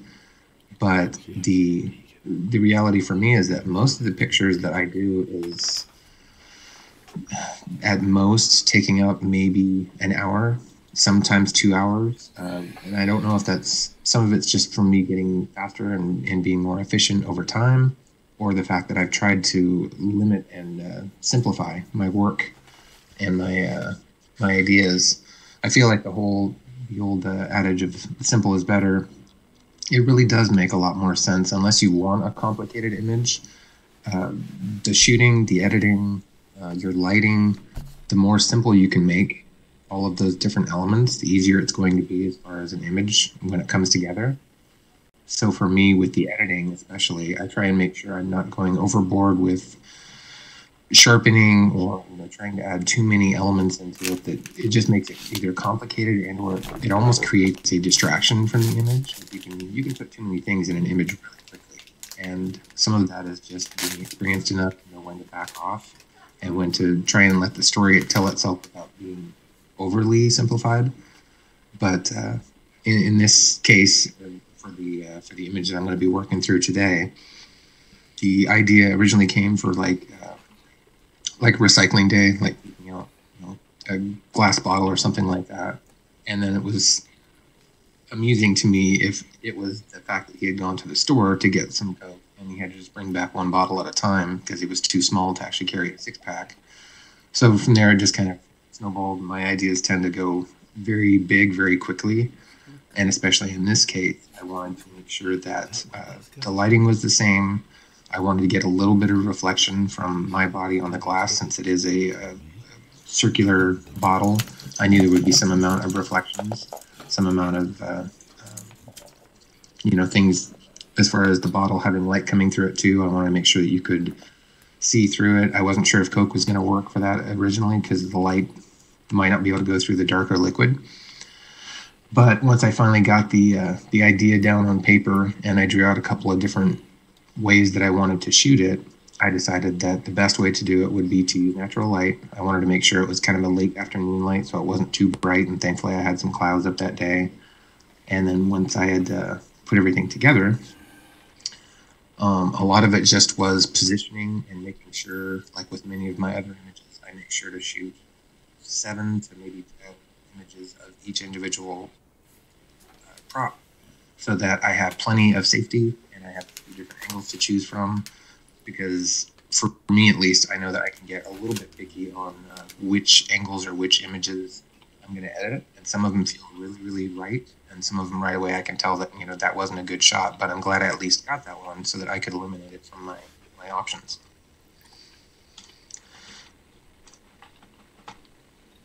So that was the finished image that I just had up a second ago. And for this shot, for this image, so I had gone out and this is in my near my driveway in my street, and I made sure that the foreground, as you can see there on the bottom, it's in focus, even though there's nothing particularly sharp about it as far as the subject matter. I knew that would be the plane that I wanted to be walking on and dragging the bottle on. So once I had gathered the bottle, I made sure I wanted to have the right element as far as light. I knew the right direction that I wanted it to come from, and made sure to shoot all of those things from the exact same perspective, at the same lighting angle. The Coke bottle shot, I held it down in the exact same spot. The only way I knew to mark it was with there's a little tiny, like a leaf or piece on the ground that was in the same spot as earlier. You can see that the Coke bottle is in focus, but it's not, because the Coke bottle was slightly angled towards the camera at the time, I think. But I knew once I composite moved together, that wasn't going to matter. It wasn't going to make a difference as far as the depth of focus. And for the bottle, I just had to hold on to the neck because I didn't have anything to prop it up that wasn't going to obscure the frame, and I wanted to have the whole bottle all the way to the very end of the cap in frame. So I just decided I would get 2 shots and make it simple. try and keep it as, as few images as possible, but I also didn't want to have a complicated setup that I'd have to try and edit around something later. So I grabbed one shot of the bottle. I actually grabbed quite a few shots of the bottle, but this is the one that I knew for sure I wanted to keep. The logo was facing the right way. The lighting was good. There was just enough liquid towards the neck that you got a little bit of that amber reddish color coming through. So that was a good one for that. And then for the other end, I just held on to the bottom of the bottle at about the same angle. And I think you can see that. There it is. So I just got the cap, and I made sure that it was in about the same angle, same perspective. And that way I could line it up later on with the neck and the peach, the little wraparound part on the neck. So I knew that I could make that line up, and then I could just edit out my thumbs and fingers. So you brought your you brought your opacity down on your neck instead of using a blend mode, right? I did for that just a second ago, just to show where it was, because when I'm lining things up, it usually helps me to be able to tell, like, if I'm really far off, either with the size or with the scale, scale or the perspective. Like, that lines up pretty well, but I could have easily had, it could have been far too small. It could have been like this. Okay. And then I know right away that that's not going to work, so I'll try and line it up, and then I'll usually increase the size of the object, sometimes with either free transform or with the smart object transform. And then once I get it close enough, I know that at least that can work in as far as editing one image to the other. Nice. Once I had got all of the environment that I needed, and the bottle and the neck, and I knew that at least those elements were good. I wasn't too worried about the shadows for those, because I knew digitally I could make them come in as long as I had reference pictures and I knew what the shadows opacity looked like. I would just edit those later. So I was going to take a picture of myself, similar to the camera, the big camera that I had taken that was in part one of this earlier today. I was going to take a picture with something on my back, but I decided that it was probably not going to work because it would be a little bit too dark for the bottle, because the bottle does have a little bit more of a curve to it where light leaks around both edges. At least in my head, that's what made sense at the time. So I decided, instead of having something on my back, I would just go to the opposite side of my house where there's a little bit more shade and still in the light, but it would, at least would not have this harsh light on my back and on the back of my head and on the back of my legs that would have been on the opposite side.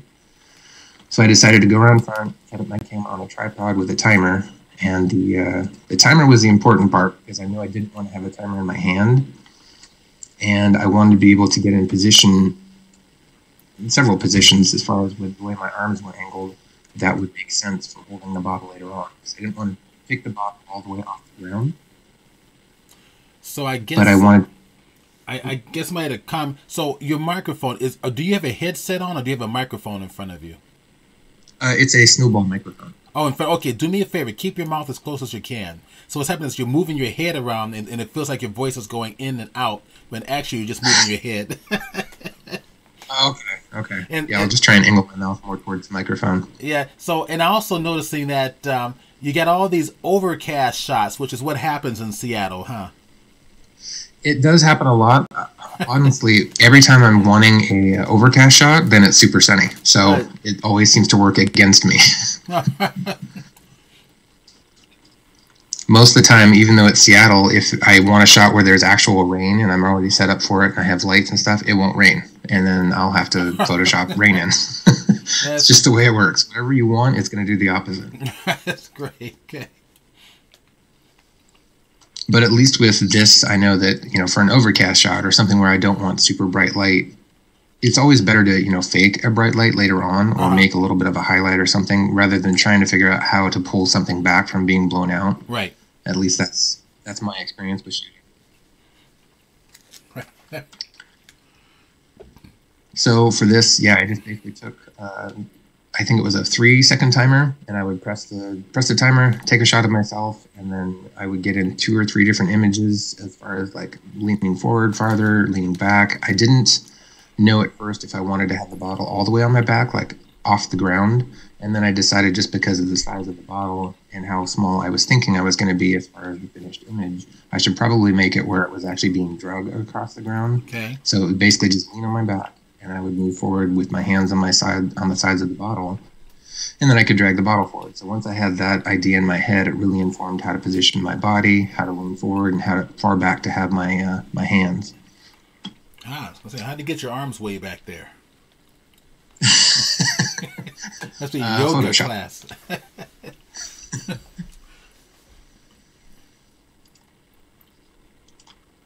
All right, so I am going to, it may be a little bit on the tedious side, but I'm going to try and run through a little bit of the masking process that I use. So for this image, what I would normally do in my process, once I have imported everything through Camera Raw, I will make a few adjustments here and there as far as the shadows and maybe even a little bit of the sharpening, but I try not to change too much of my initial images. And if I do make any changes to, say, the environment, the Coke bottle, or the picture of myself, I make sure that they're all the exact same changes. That way I don't have a problem with something being, the blacks in one picture, one subject being darker than another one.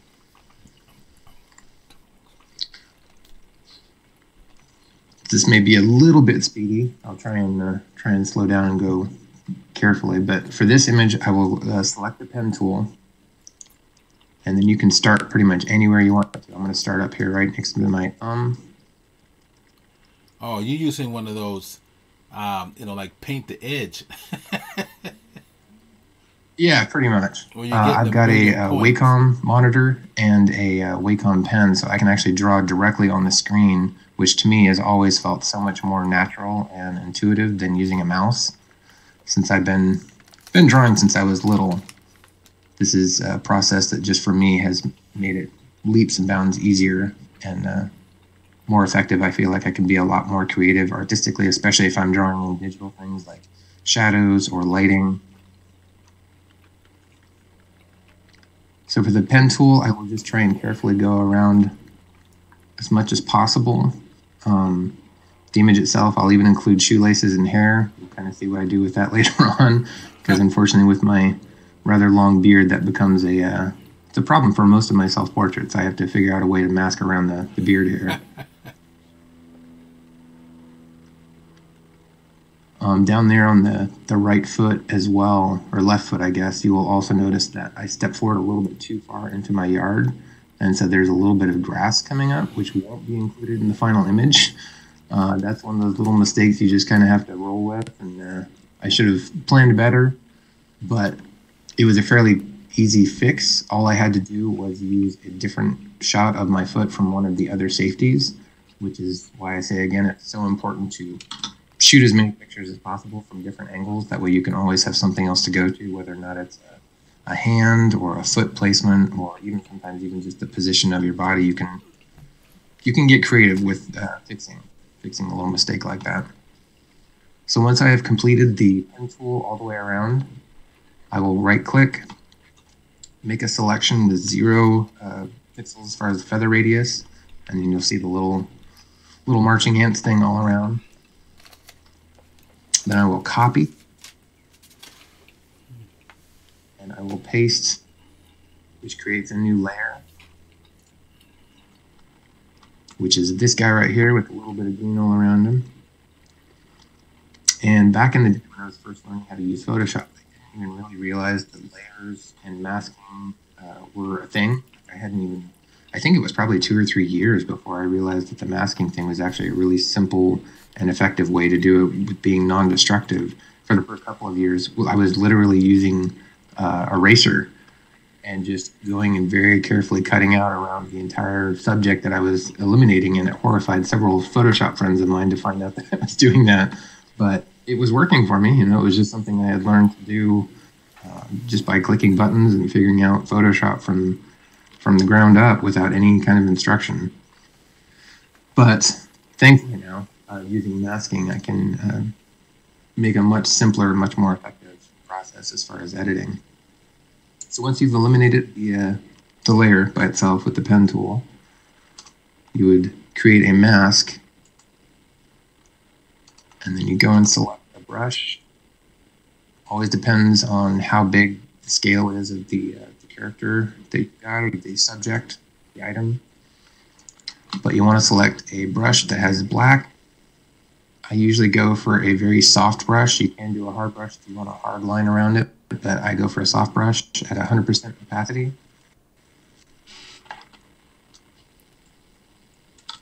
And then I will very carefully go in and start eliminating anything that's in the image that I don't want to be part of the final composite. Sometimes it's fairly painstaking. It really just depends on how much of your background is distracting. There are some people that have recommended over time that I use green screen or blue screen or something like that to be behind the character, but I've actually found that for me, at least for most of the images that I've worked on, that creates so many more problems than it helps. I've had to deal with green spill and like light leak and stuff like that on a person's skin, like right around the edge of the hand, where there would be this green tint. And a lot of that is just because the color is so unnatural that it influences the rest of the image that it's around. So I used the green screen and blue screen a couple of times, and then I was just frustrated enough with that particular process. I figured it was easier to just do it this way and shoot in the natural environment, and then just eliminate what I don't need from the final image. And for me, at least, it makes much more sense. It's a much quicker process. I don't have to do the whole setup and take down of a green screen, and I don't have to deal with the light leaks and the coloring, the color tint sometimes. Plus, I feel like there's a big advantage to not having to always depend on a green screen or a blue screen, something along those lines, that it can kind of constrict your creative process. Whereas if I can just go and set up somewhere without any kind of light bonfire or any kind of flash, I can simply focus on the image itself or the elements that I want to do, and have a lot more creative freedom. So I don't know how much of the masking I should go through. I know a lot of people understand at least the concept of masking, whether or not it's something that they do often. But I figured if nothing else, I should go around here and mask the really difficult part, which is my beard. So what I have done for this is I will mask around enough that it creates sort of a soft, hazy, blurry look around the outer edges. And obviously this is not going to be 100% perfect. You'll see what I usually do with my problematic beard here in just a couple of seconds once I've eliminated this mask. The biggest issue with hair is that you usually don't have hair that is so thick that it completely blots out the background, so you get that little bit of a color tone from whatever is behind, or you get light that leaks through, or you just get a lack of detail sometimes in hair. So if I have found that for myself, at least, when dealing with hair, it is, I don't know what the official or what the correct right way is to do it, but I have found that it is so much easier for me to digitally create a layer based off of the color and the hair that is already previously existing. And I can sort of fake it, and you probably can tell through a lot of my images, if you were to go and look at them really, if you were to inspect them very closely, now that you know what I do as far as hair. All right, so what I'm going to do is create a new layer.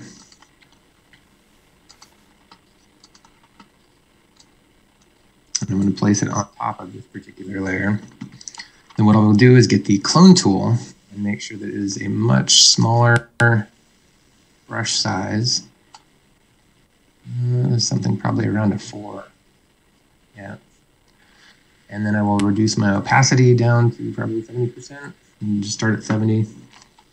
Every picture is a little bit different, just depends on the lighting and the background and such. But what I will do is I will select somewhere generally in the color range, and I will select several different places. At first you can just select from, say, book here where there's a little bit more red. And you hold down Alt and click, and that gives you a subject matter that's selected. And then I'll go back up to the layer that's going to be the hair, the new hair. Ooh, and that might be a little too thin or thick still. Maybe down to 2 pixels. I can get to 2. All right, stay at 3. And then on that new layer, it's selecting off base to what's beneath it. So you want to try to grab several different subjects, several different lighting areas as well to try and make it look as natural as possible. And then we'll just go back through and just sort of draw out a few hairs here and there to create sort of a jaggedy edge. That way that blur edge that you already previously had underneath is slightly masked. You're not trying to make it look photo perfect. It doesn't have to look super photorealistic, but you just want enough of the color and the texture that existed previously on the hair underneath that you can have that sort of illusion that there has not been some hairs that have been edited. And obviously there are many people that are not going to need this particular trick for their beard. I might be alone in that one, but it does come in handy for a lot of like flyaway hairs and things like that for model portraits, things that you want to have edited out, but not, there are a lot of problems with halos and or light hair or things that just tend to look photoshopped as far as the edges of them. And I will usually go through and do a lot more little tiny details, like much thinner hairs. That way you don't get the thicker, darker lines. But once you zoom out and the picture is full, like it's a pretty good start as far as the beard goes. Sometimes I'll do a lot more details just to make sure that it looks right. But the before and then the after, as far as the way the hairs look, that's how I deal with very specific little things like that. The other thing for this image was the boot that had the grass across it, because once he's walking on the concrete, it makes no sense for there to be grass right there on the front of on the toe of the boot. So what I had done was I grabbed a different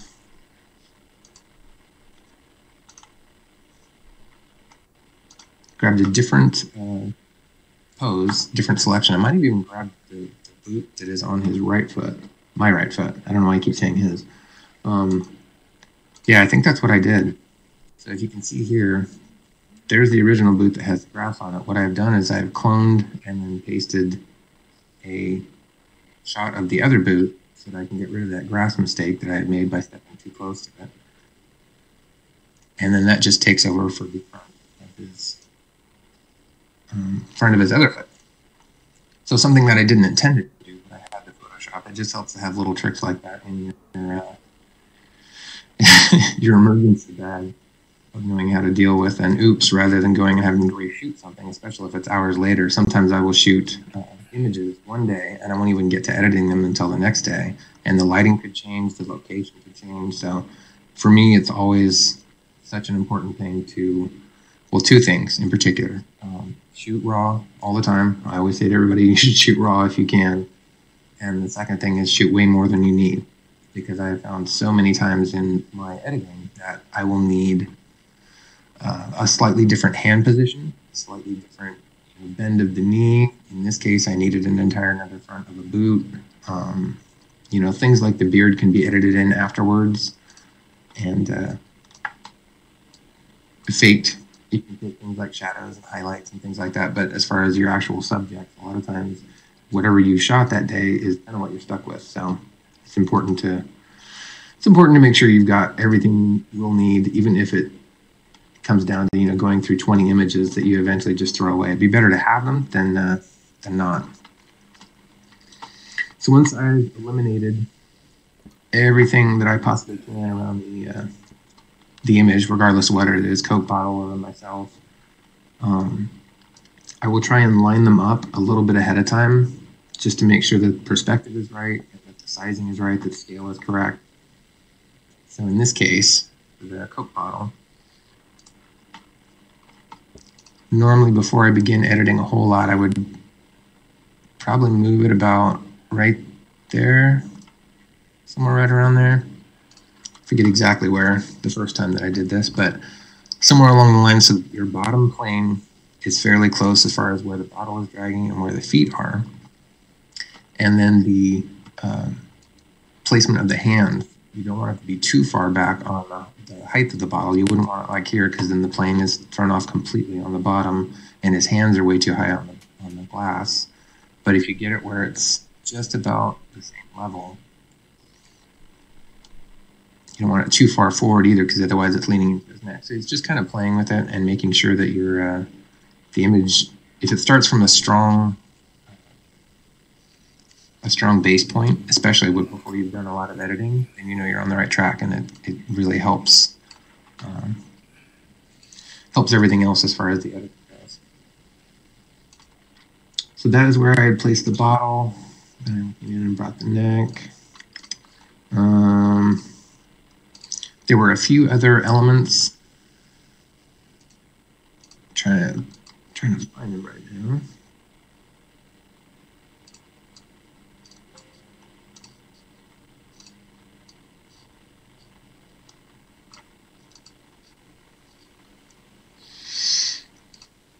All right, so once I've lined up the general images,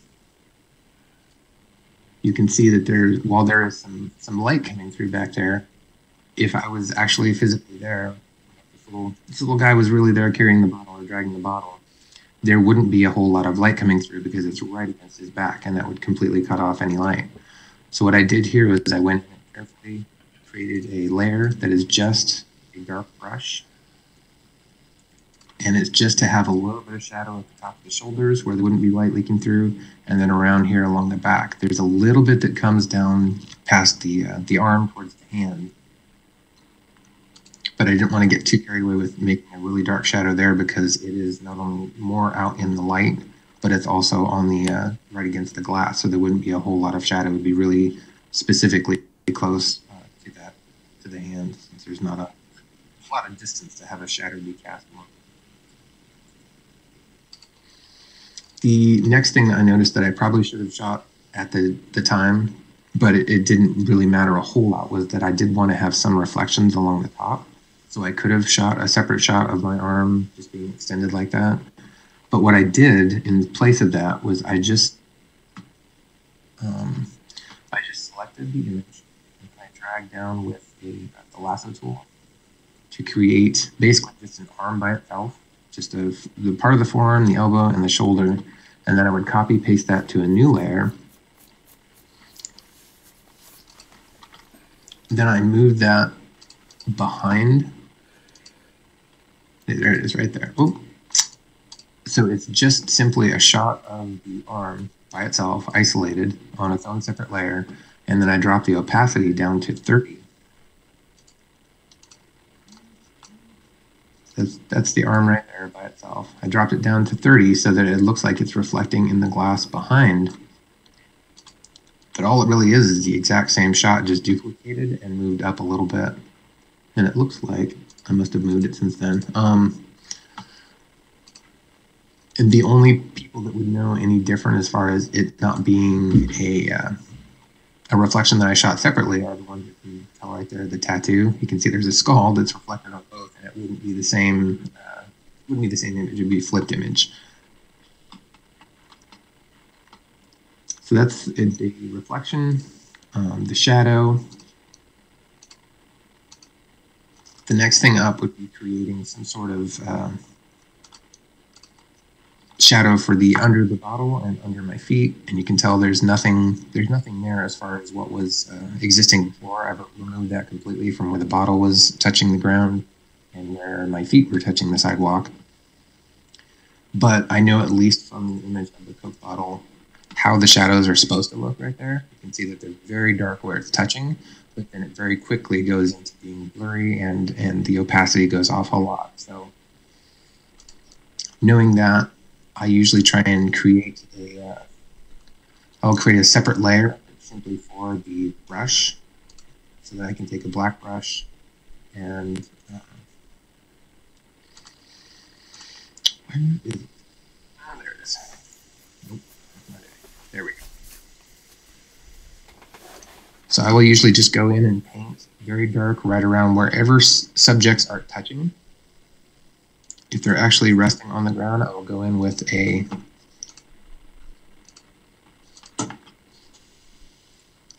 black brush at, say, usually I'm anywhere between 70 and 80%, just because I don't want to be too dark right off the bat. Otherwise, you're just constantly walking back and forth with your, it's too dark, it's too light, it's too dark. So I will start with the boots. And for this one, since it's mid-walk, stepping up, I won't go all the way to the heel. I'll just stop about halfway, just where it would be touching. And then I will drop the opacity down on the brush and sort of make a long line of shadow that's going from both the character and the bottle.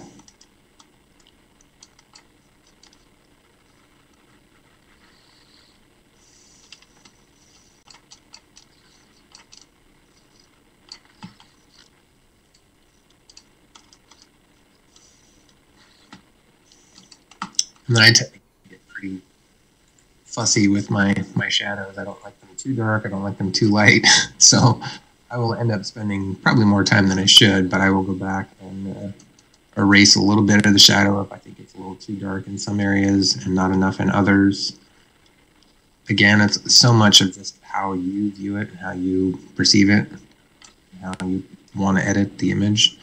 I don't think there's really any one specific wrong way or right way. But I'll get an image in there, shadow in there, and then I'll work with that for quite a while until it looks like it's right, until I can take it away and know that with it in there, it actually looks like it really fits. It looks almost photorealistic. And I'll try and keep the perspectives the same as far as the shadow. This one in particular, it might actually be better if it was a little bit higher up. There's a little bit too much shadow underneath, but for this example, at least you can get the idea. Once that is all finished, there was another element that I remember adding in. There we go. So we see the reflection up here on the top if the arm has been duplicated, but there's actually another one right underneath the hand, because I decided that with the hand being on the glass, with it actually touching the glass, it made sense to have just a little bit of it reflecting. I don't think it makes a massive difference like some of the other images that I have done that really, you know, that was kind of the cherry on top or the defining element. But you can tell without it, it just kind of looks a little strange.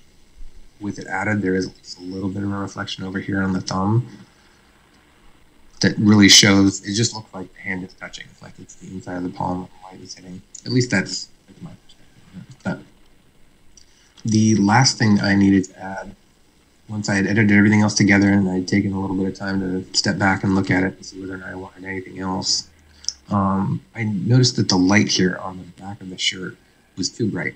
It was an element that if the shirt had actually been touching the bottle, I needed to, you know, think through that and make sure that there was some shadow added, because it would be casting a darker shadow right there if an object was resting right against it.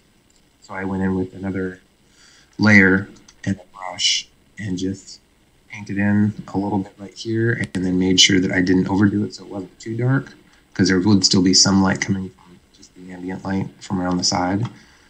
And then once I had finished with that, again, I like taking some time off to go listen to some music or something else to just get my brain away from the image. That way I'm not so focused on it that I can't see either a glaring mistake and or to, you know, sometimes I'm just not happy with the way things are going. And if I come back in a little while, I'll actually really enjoy the process and the taking a second to just look at it and analyze it from a refreshed perspective.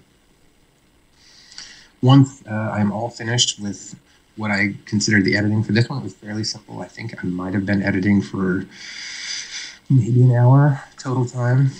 After that is over, I will usually grab and select the entire layer, as long as I made sure that all of my elements are where I want them and that my, the lighting is good, sharpness is good. I will take and I will copy merged, which basically grabs and seals all the images into one copy. Then I will paste that on the very top. And then from here is where I usually do a lot of what I consider the universal changes, where if you're affecting anything with curves or with saturation, you're affecting every other element. So that way you don't have anything that's out of tune with anything else.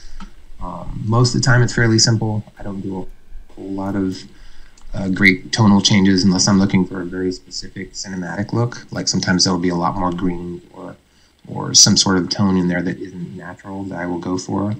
But with images like this, most of the time with the smaller to larger images, I try and keep them looking as little manufactured as possible. Like almost you just happen to spy out in the world, you just happen to spy this person dragging a bottle across the ground. Oh, speaking of, there was an element that I forgot to introduce. So somewhere, there it is. So on the far left side, I think this was the very last thing I noticed that I just didn't feel 100% about. And I noticed that the ground where the Coke bottle was being drugged, it didn't have any marks, or it didn't have any kind of, it didn't have an element there that really made me feel like it was being drugged. And I wanted to give some sort of direction without having, the little cartoon lines coming off the back of his legs where it shows he's moving forward. But I wanted to give a little bit of motion or a little bit of energy. So what I did was I got it's a layer that I think just had black and white, and I just drew some lines and drugged them back away from the Coke bottle. And I wanted to make sure that there was some white lines in there too, because when the light was hitting the bottom of the bottle, it would be reflecting down onto the concrete. But I didn't want to have it too white either, so I just made some lines, and then I drugged them from left to right. And then I created that layer and overlay layer, and I put the opacity at 78%. And then when I finally zoomed back out, I felt like that was a pretty solid finish as far as the image goes. So once I had done all of that, I would go in, do the whole copy merge thing, and post it to a brand new layer all on its own. And then I will usually go up and do just a little bit of sharpening.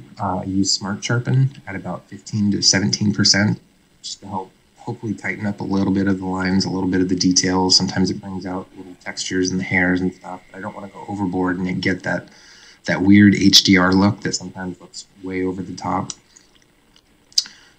So once I've done with that, I will do the sharpening. Sometimes I'll bring up the highlights just a little bit, as long as they aren't blowing out. And then on the rare occasion that I want to use a toning kind of coloring or something like that, I will usually put a layer of green or blue and then adjust that until it's almost, it's just a really subtle layer. I try not to go over the top with anything like that, just because I feel like it, for me at least, it became one of those things I used it probably too much in my earlier photography, and kind of burnt out on it. Like it can look really amateurish very quickly, unless you do a really good job of making sure your color tones look really pleasant. And a lot of it depends on the model that you're working with too. If you're using building versus a person, those tones and the changes to the skin aren't going to be the same amount of extreme, I guess. And once I'm all done with that, once I'm all done with the sharpening and the finishing of the image, I usually just save it at the highest level I can as far as the size goes. I will make some different sizes for websites and for print and things like that, but I try and keep the original file size as large as I shot it. That way I don't have any degradation of quality or any loss of details. And this one in particular, I think I've added a few layers into it. But this one, originally, the image was, I think, 10 layers total, and that's for all of the different reflections. We added on beard, the shadows, all the different things like that. And the final image, where did it go?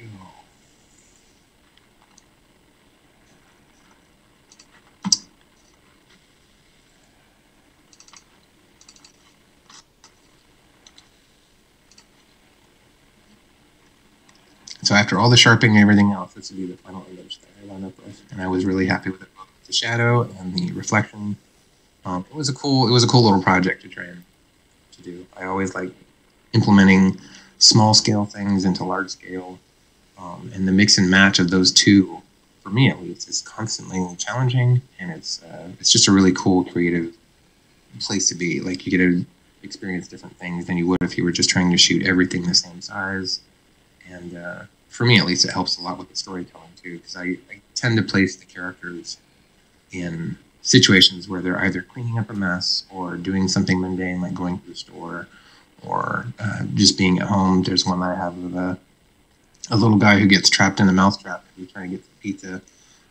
Little things like that, that for me at least, the ideas come so often that I have to write them down. And then when I finally get around to them, it's a very fun process to do, because the mix and match of the large to small elements, just for me at least, is constantly entertaining. And it's a good well to dive into whenever I'm feeling a little bit creatively stifled, or if I don't have anything specific as far as like an amazing prop. Sometimes I can just look around and be like, oh, there's a salt shaker. What if I was, using that to balance on, or something along those lines? And it's a good place to work from, I feel like. And it's usually stuff that you just have around your house. There's nothing extreme about them or expensive about them. You're just using elements that you currently have. Were there any questions on this particular image? Is that pretty... Okay, so let's see. Let me scroll down a little bit more. I can see a little bit. I don't think so. We've got. I need that trick for my dogs, says Favarsh. Which trick is that? I think, was it the one for your hair? I'm assuming that's what it is. All right, no questions. Oh, okay. I figured for sure people would be asking like this and that. Do you have any questions at all, Stephen? I do not. Oh, I'm just enjoying this.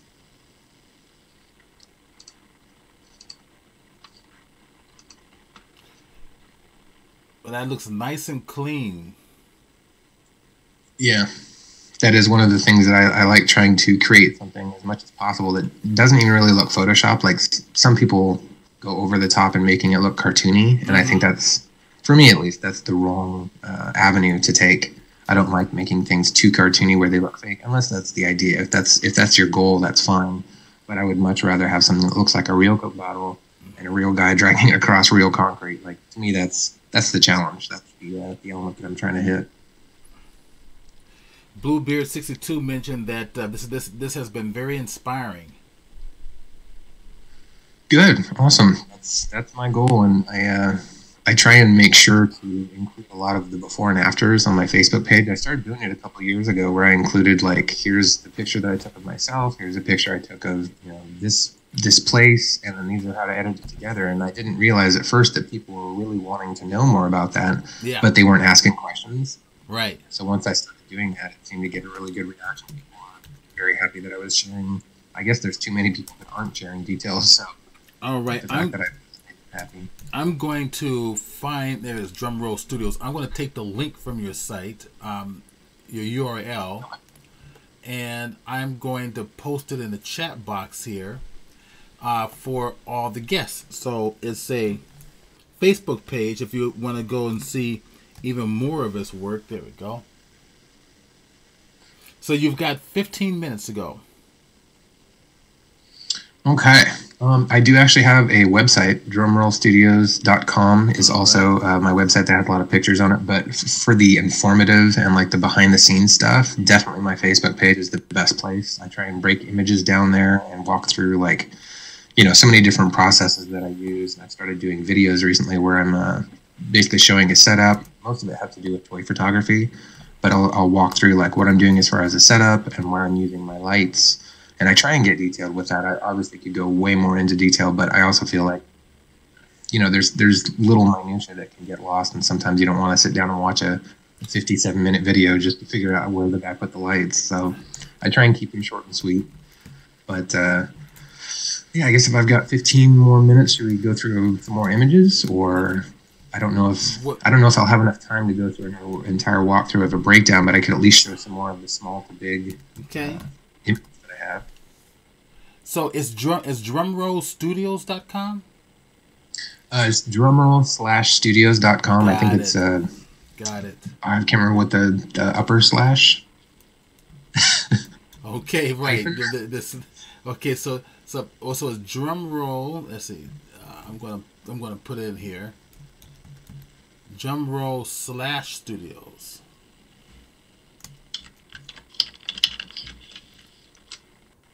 The upper, you mean dash or slash? It's a dash. Sorry, Dash. I just did it for myself just to make sure. So Okay. it's currently displaying on There you go. the image. So that's my actual Facebook page where I have, I think there's close to 27,000 images right now from all over the different projects that I've done over the last decade. A lot of live shows, but the box there that has Visions is the name of it. It's a gallery that just has Photoshop and composite images, both big and small. A lot of it's also toy photography and just things that I've done that are, me basically sitting down and figuring out how to use Photoshop in a lot of different ways. So are you a musician? I am. I play a little keyboard. Most of it's by ear. I don't know actually how to play as far as reading music or anything like that. But I have been playing drums for about 28 years, and that is probably the thing that I am the best at.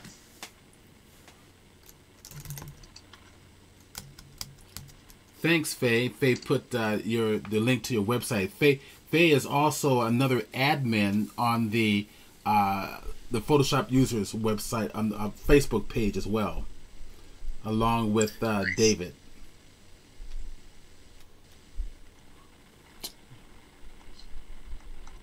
I love the one with where you were composing the figurines as musicians like Freddy Krueger and all those guys.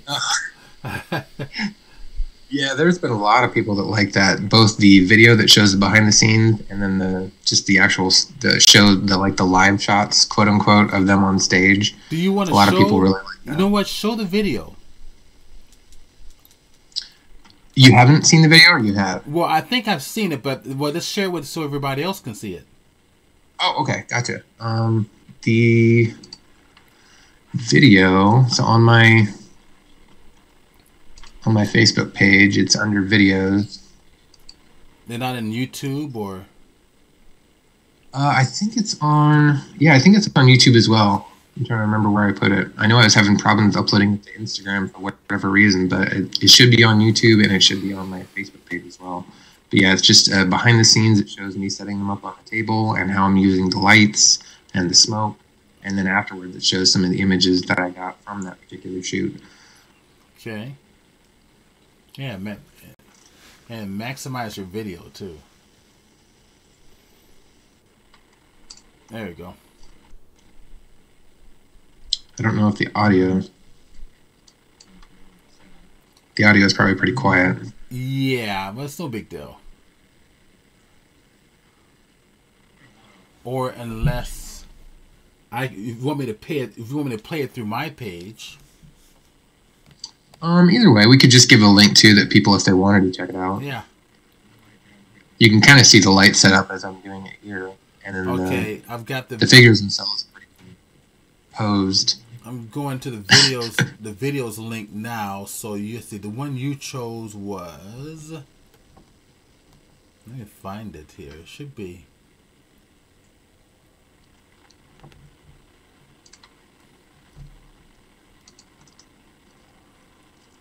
See, on Drumroll Studios Facebook page, it should be under videos. I think it's two videos most recently. 2 videos, the most recent. So that I see the End of the World one. Yeah, that's the most recent one. I think. Here it is. Found it. Here it is. Freddy and the Nightmares. Yes.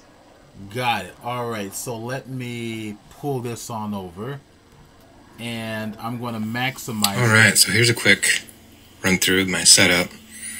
Got everybody set up in place where I want them. Been angling it and working on it and grinding on it for quite a while. Probably almost 2 hours now as far as just positioning people and getting lights and everything set up. So I've got one light to the stage left, far stage left. Got one light down here, right underneath, basically underneath the stage, giving a little light to Freddie and Jason. I've got a third light, this orange one right here, so that we get this overhead light for both Freddie and Jason. And then I've got a flashlight that's taped to a flash up there to give sort of a stage light for Freddie. You'll see when the picture's taken, you'll see it's kind of a cool effect. So I've got everybody set up how I want them. Got the sign in the back, and then I threw in a couple of extra things. This is just a CD case, but it looks like band gear. It looks like one of the big boxes that they put a lot of gear in. I've got all the speakers and stuff set up. I almost got a second set of these so I could put them over here for Pinhead, but I decided I'd go with this rack that I've got these lights taped on that looks kind of like a stage setup, stage lights. All right, so I'm gonna try and get a video here, and I'll put these together. So now that everything is set up pretty much where I want it, I'm gonna try and do some smoke effects here using a vape pen. And I'm probably going to start over here on this side, and we'll see how it goes. And I'm firing with the remote trigger. I've already got the focus set too.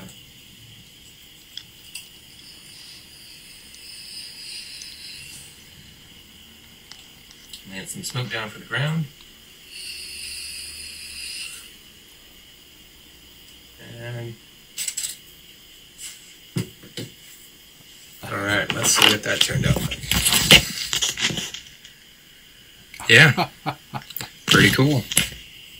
Probably work on a little bit more before I get the one I'm actually really happy with. I want lights and I want smoke, but I don't want too much. I want to still make it look like it's a big tour of a band, that type of photo. So the finished one will be the one you're looking at.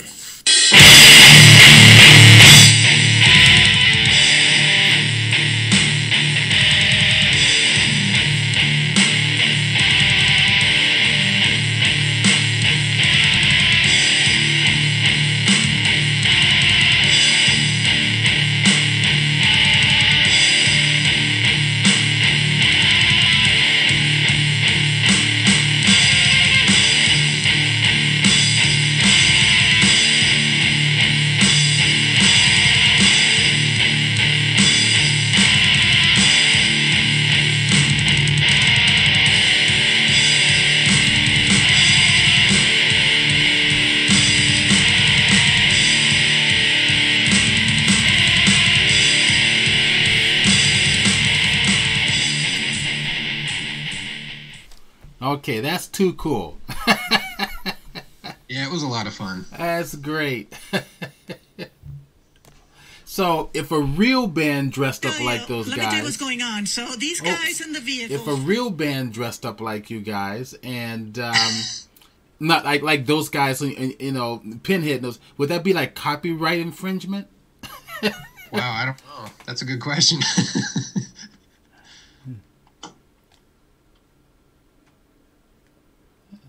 I mean, I guess if they took the name as well, then yeah, it'd probably be copyright infringement. But Okay. I'd see it as a compliment. Right.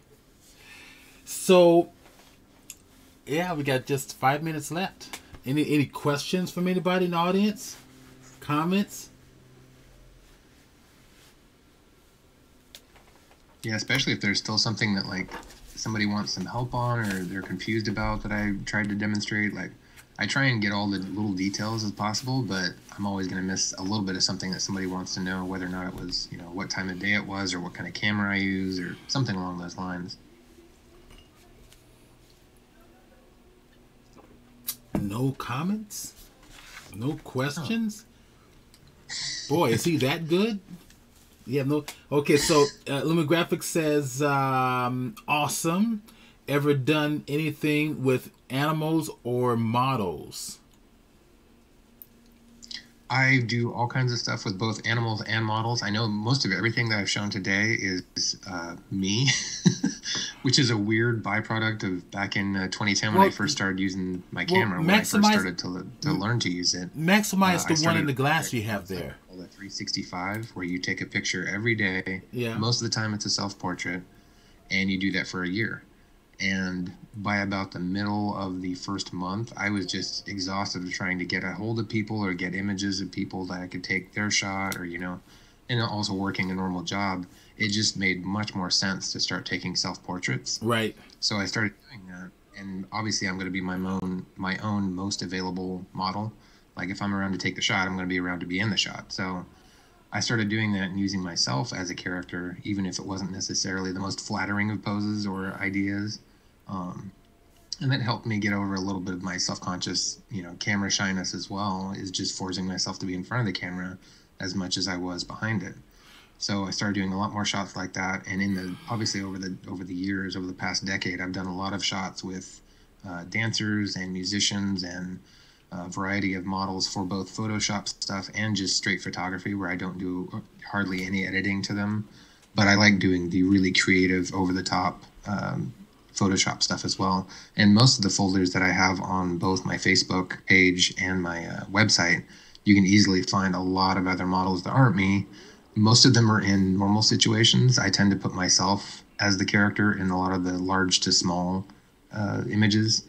But again, it's just more of a subject of necessity. Like I'm around all the time, so I can always choose my own, if I want to choose a morning where I'm going to shoot a picture of me spilling some black pepper and cleaning it up. Like I'm going to be available. I can know exactly how I already want to pose. I don't have to try and instruct somebody and work with somebody else on that. So it just becomes a really easy thing. And I tend to have a lot of fun doing those when I can't shoot with other models as well. All right. Now Judy McLean has a question. How did you do the Hoth World shot? The which son? The Hoth World shot. Hoth. I don't know. Hoth World, like from Star Wars? The world of Hoth was a snow planet, right? Yeah, I'm trying to think of where that image is at.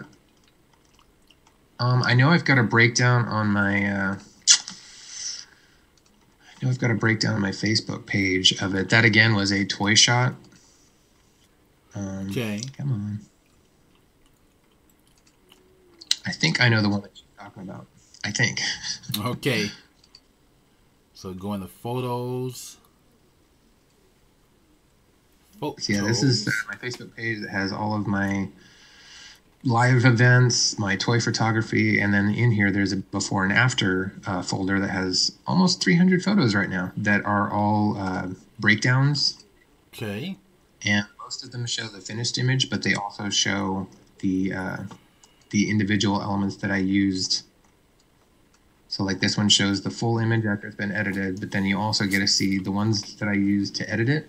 And I try and go into detail as much as possible in text to show how much I did of certain editing and different things. Now she's talking about the AT-AT in the snow, like from Star Wars. Gotcha. Yes. Hoth World 1.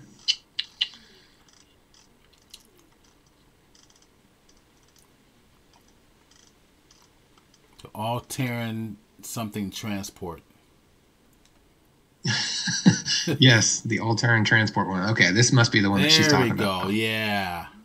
So this was called Snow Day. And the bottom image is the finished one because we had a really, really bad snowstorm, I think 2 years ago.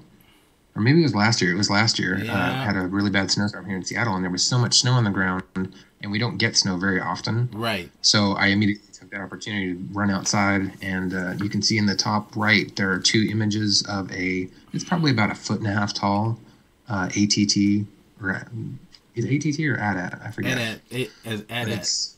All Terran something transport. I forget what the other A is for it.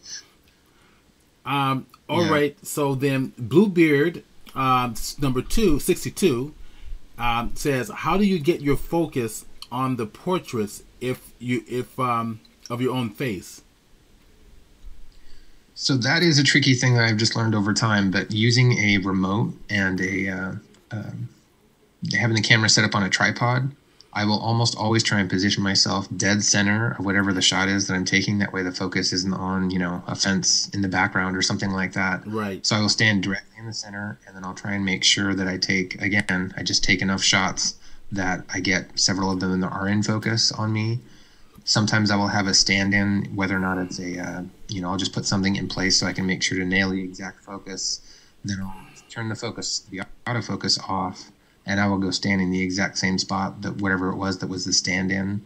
Sometimes it's, a jacket on a coat rack or something like that, just to make sure that I've got exactly where I want the focus to be.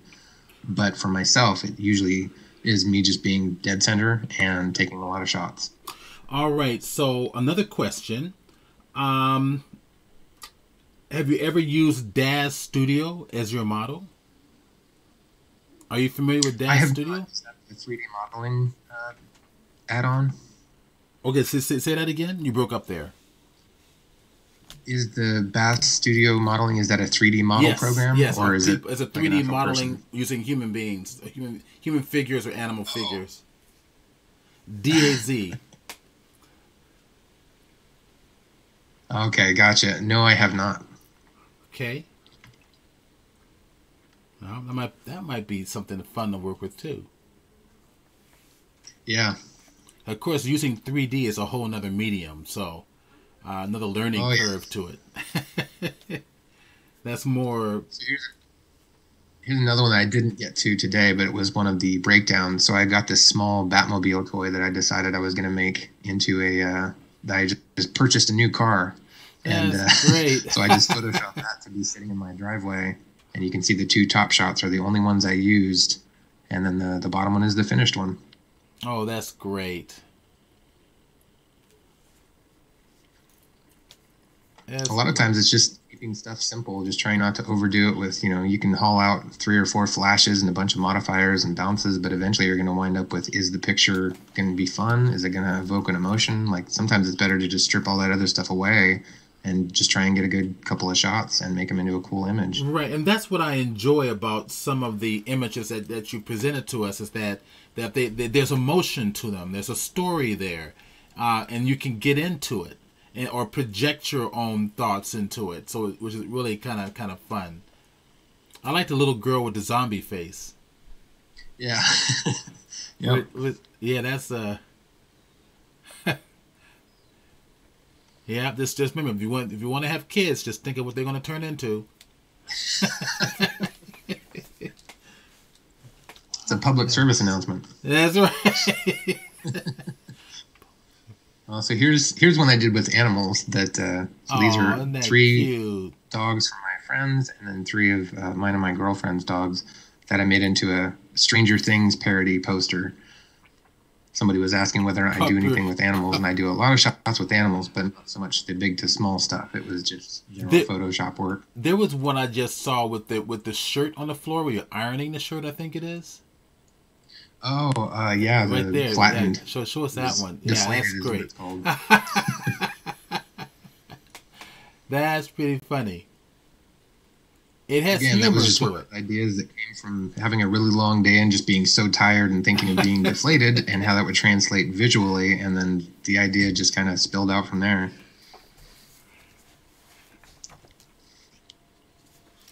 So we are going to be giving away a 1-year subscription to the Creative Cloud today to one of our lucky users. Now, if you have already won the Creative Cloud, you don't get to win it again. Within the past year, if you've already won one, you don't get to win it again. We like to spread the wealth a little bit. Show me the one with the eclipse there. The eclipse.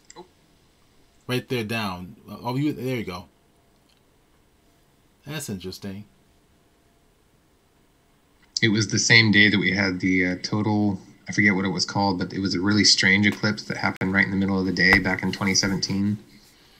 And unfortunately, I didn't get a shot of the actual sky. I wanted to, but I was at work during that time. So as soon as I got home, I started trying to figure out how to make a Photoshop image to kind of get across that same idea.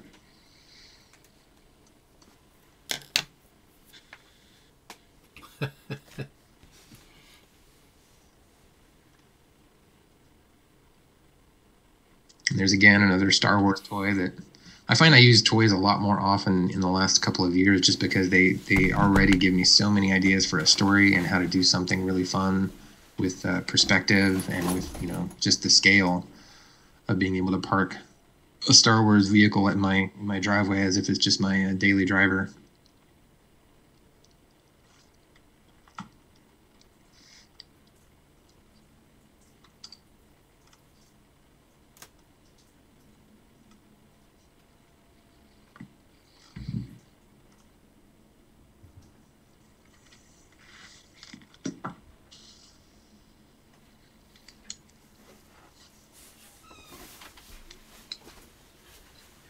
fun images. Now, what is that one with the mirror there? The rear view mirror. Right to the left. To the left. In the bottom. To the yeah, left. That's another similar one. It's a small little dinosaur toy that I decided to make in a rearview mirror, as if it's chasing a vehicle. That's great. And like I said, it's just the simplest. I don't know if it's just my particular brain, but the simplest of places are usually where I get my ideas from. Like I like listening to a lot of music and getting creative inspiration from that. Mm-hmm. But sometimes it's just simply a phrase that somebody says, or just thinking about, an object that's very, very simple and trying to think of a way that can make that extraordinary or make it into an image where I can be trying to clean up something or fix something. And my ideas just keep steamrolling from there.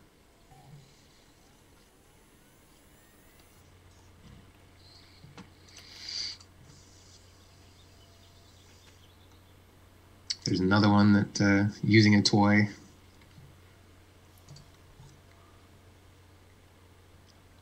And this one in particular is one of those ideas that as soon as I got it, I wanted to try and do it just because the perspective of looking up would be extra challenging for me. And that's right. A lot of the fun for me is having to try and do something I either haven't done before or right. I'm not even really sure how I'm going to pull off. So I'll try and incorporate it into an image.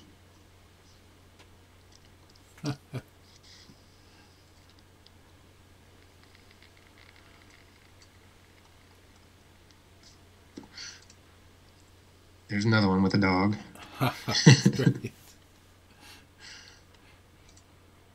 That's great. Those are your dogs? Yeah. Oh, they're cute. Oh, yeah, they're adorable. And they like being the models. The only thing I have to do is give them treats, and that's pretty much the only payment. The little doggy.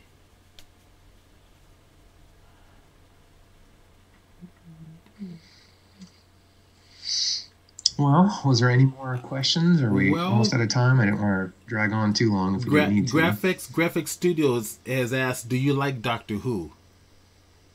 Love Doctor Who. Yeah. Very old school fan. I used to watch it late Saturday night on a TV that could barely even get a signal. So it would be all snowy and grainy. We could barely hear what was going on, but we'd try and tune in back in the early 80s to catch it late night Saturdays.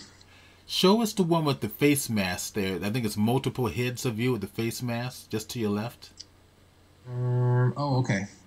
Yes, this is sort of a social commentary type of image. Yeah, but it is. For whatever reason, you can see all the way to the left, there's a small little hand vacuum that had this hose on it and had like a filter part on the bottom. And that, for whatever reason, it just inspired me to create the rest of the image based off of the vacuum cleaner and then a shot of my head. Very cool. I like the. It kind of reminds me of something that Tool would do as far as their album work. So Judy mentions that she has hundreds of Star Wars toys, and now she knows what to do with them. Excellent. That is a good thing to hear. All right, so let's wrap things up. So what we're going to do is and what you can do is and thank you so much, John. I think you've been an inspiration to everybody here. I'm going to turn on my video here, where what I'm going to do is I'm going to pick a number, and from 1 to 100. Now, this is for a drawing for a 1-year subscription to the Creative Cloud. That's everything that Adobe owns, Photoshop and After Effects and everything. Okay, for 1 year. So I've picked a number, I've written it down, and I'm going to make my portrait screen larger so you guys can see the number as I share it with you here. Oops. Let's go there. There we go. Okay, so I'm going to show you the number. Okay.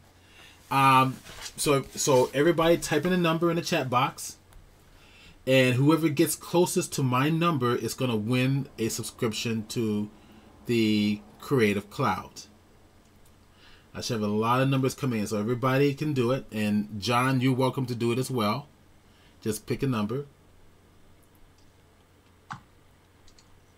So John, do you have do you use the full Creative Cloud? I do. I actually do a lot of video editing and music editing as well, so it just made more sense to have the full package. Okay. All right. I'm looking at the numbers here. I'm going to give you guys another minute. Put your number into the chat box.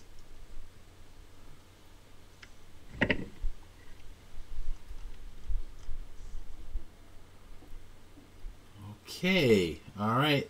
10 more seconds. 10 more seconds. Okay, so it looks like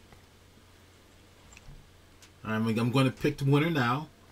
So it looks like the winner is going to be IB Wizard, because my number is number 5 and he is the closest. So congratulations, IB Wizard. We'll get you a my Adobe contact will contact you with the proper information for getting your subscription to the Creative Cloud. All right, let's put this back over here. Thank you, everybody, for coming. This has been wonderful. John, thank you so very much. Now, let's see. Rescue 3D has a comment. It says, does John do tutorials on the music side? I do not on the music side. Okay. If I was more knowledgeable about the music, then I probably would. But yeah, the most that I've done as far as tutorials has just been basically Photoshop and photography. So IB Wizard has made a comment here. What do you mean? That's David Good, who's the co-manager for the Photoshop website. You're saying give it to the next person? Is that a yes? You're welcome. Welcome, Steph. Yes? Okay, so IB Wizard wants to pass on his 1-year subscription of the Creative Cloud to the next person. So the next person, next to 5, closer to 5, which I pushed in here, would be, let's see, let's kind of scroll up here and see what we've got. I think the next person would probably be number 13. Would that be it? Number 13, Michelita. Okay, so Michelita, David is passing on his subscription to you. So Michelita, I'm going to type in my email address. I need you to email me. Tell me you're the one that wanted the subscription to the Creative Cloud, and I will contact Adobe and get you set up. So I'm typing in right now, and you can thank David for that. There we go. So Steve at chromallusion.com. I'm going to type it in there. Michelle, yes, Michelle, you've won the 1-year subscription to the Creative Cloud.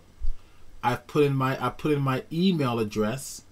So email me, telling me that you're the person that won the Creative Cloud, and we will we'll get you set up. So all right, this is great. Thank you so much, John. This is wonderful, and Thank you for having me. It was a lot of fun. yeah, and hang tight there. I'm going to turn off the stream to Twitch, and then you'll still be on Adobe Connect. Okay, everybody. I'm going to go ahead and shut down Adobe Connect. So now, just to let everybody know, tomorrow I'm going to have another stream here, same place that you're at now. Make sure that you follow me right now, okay, on the Twitch site. Okay, so follow me so that you're notified of every time I stream. I'm going to have a stream tomorrow. It's going to be a 3D stream, okay, which I think many of you might be interested in checking out. But come back tomorrow, same time, 10 a.m. to 1 p.m. Looking forward to seeing you, and have fun. We'll see you next time. Same place, same channel. I'm going to stop the recording and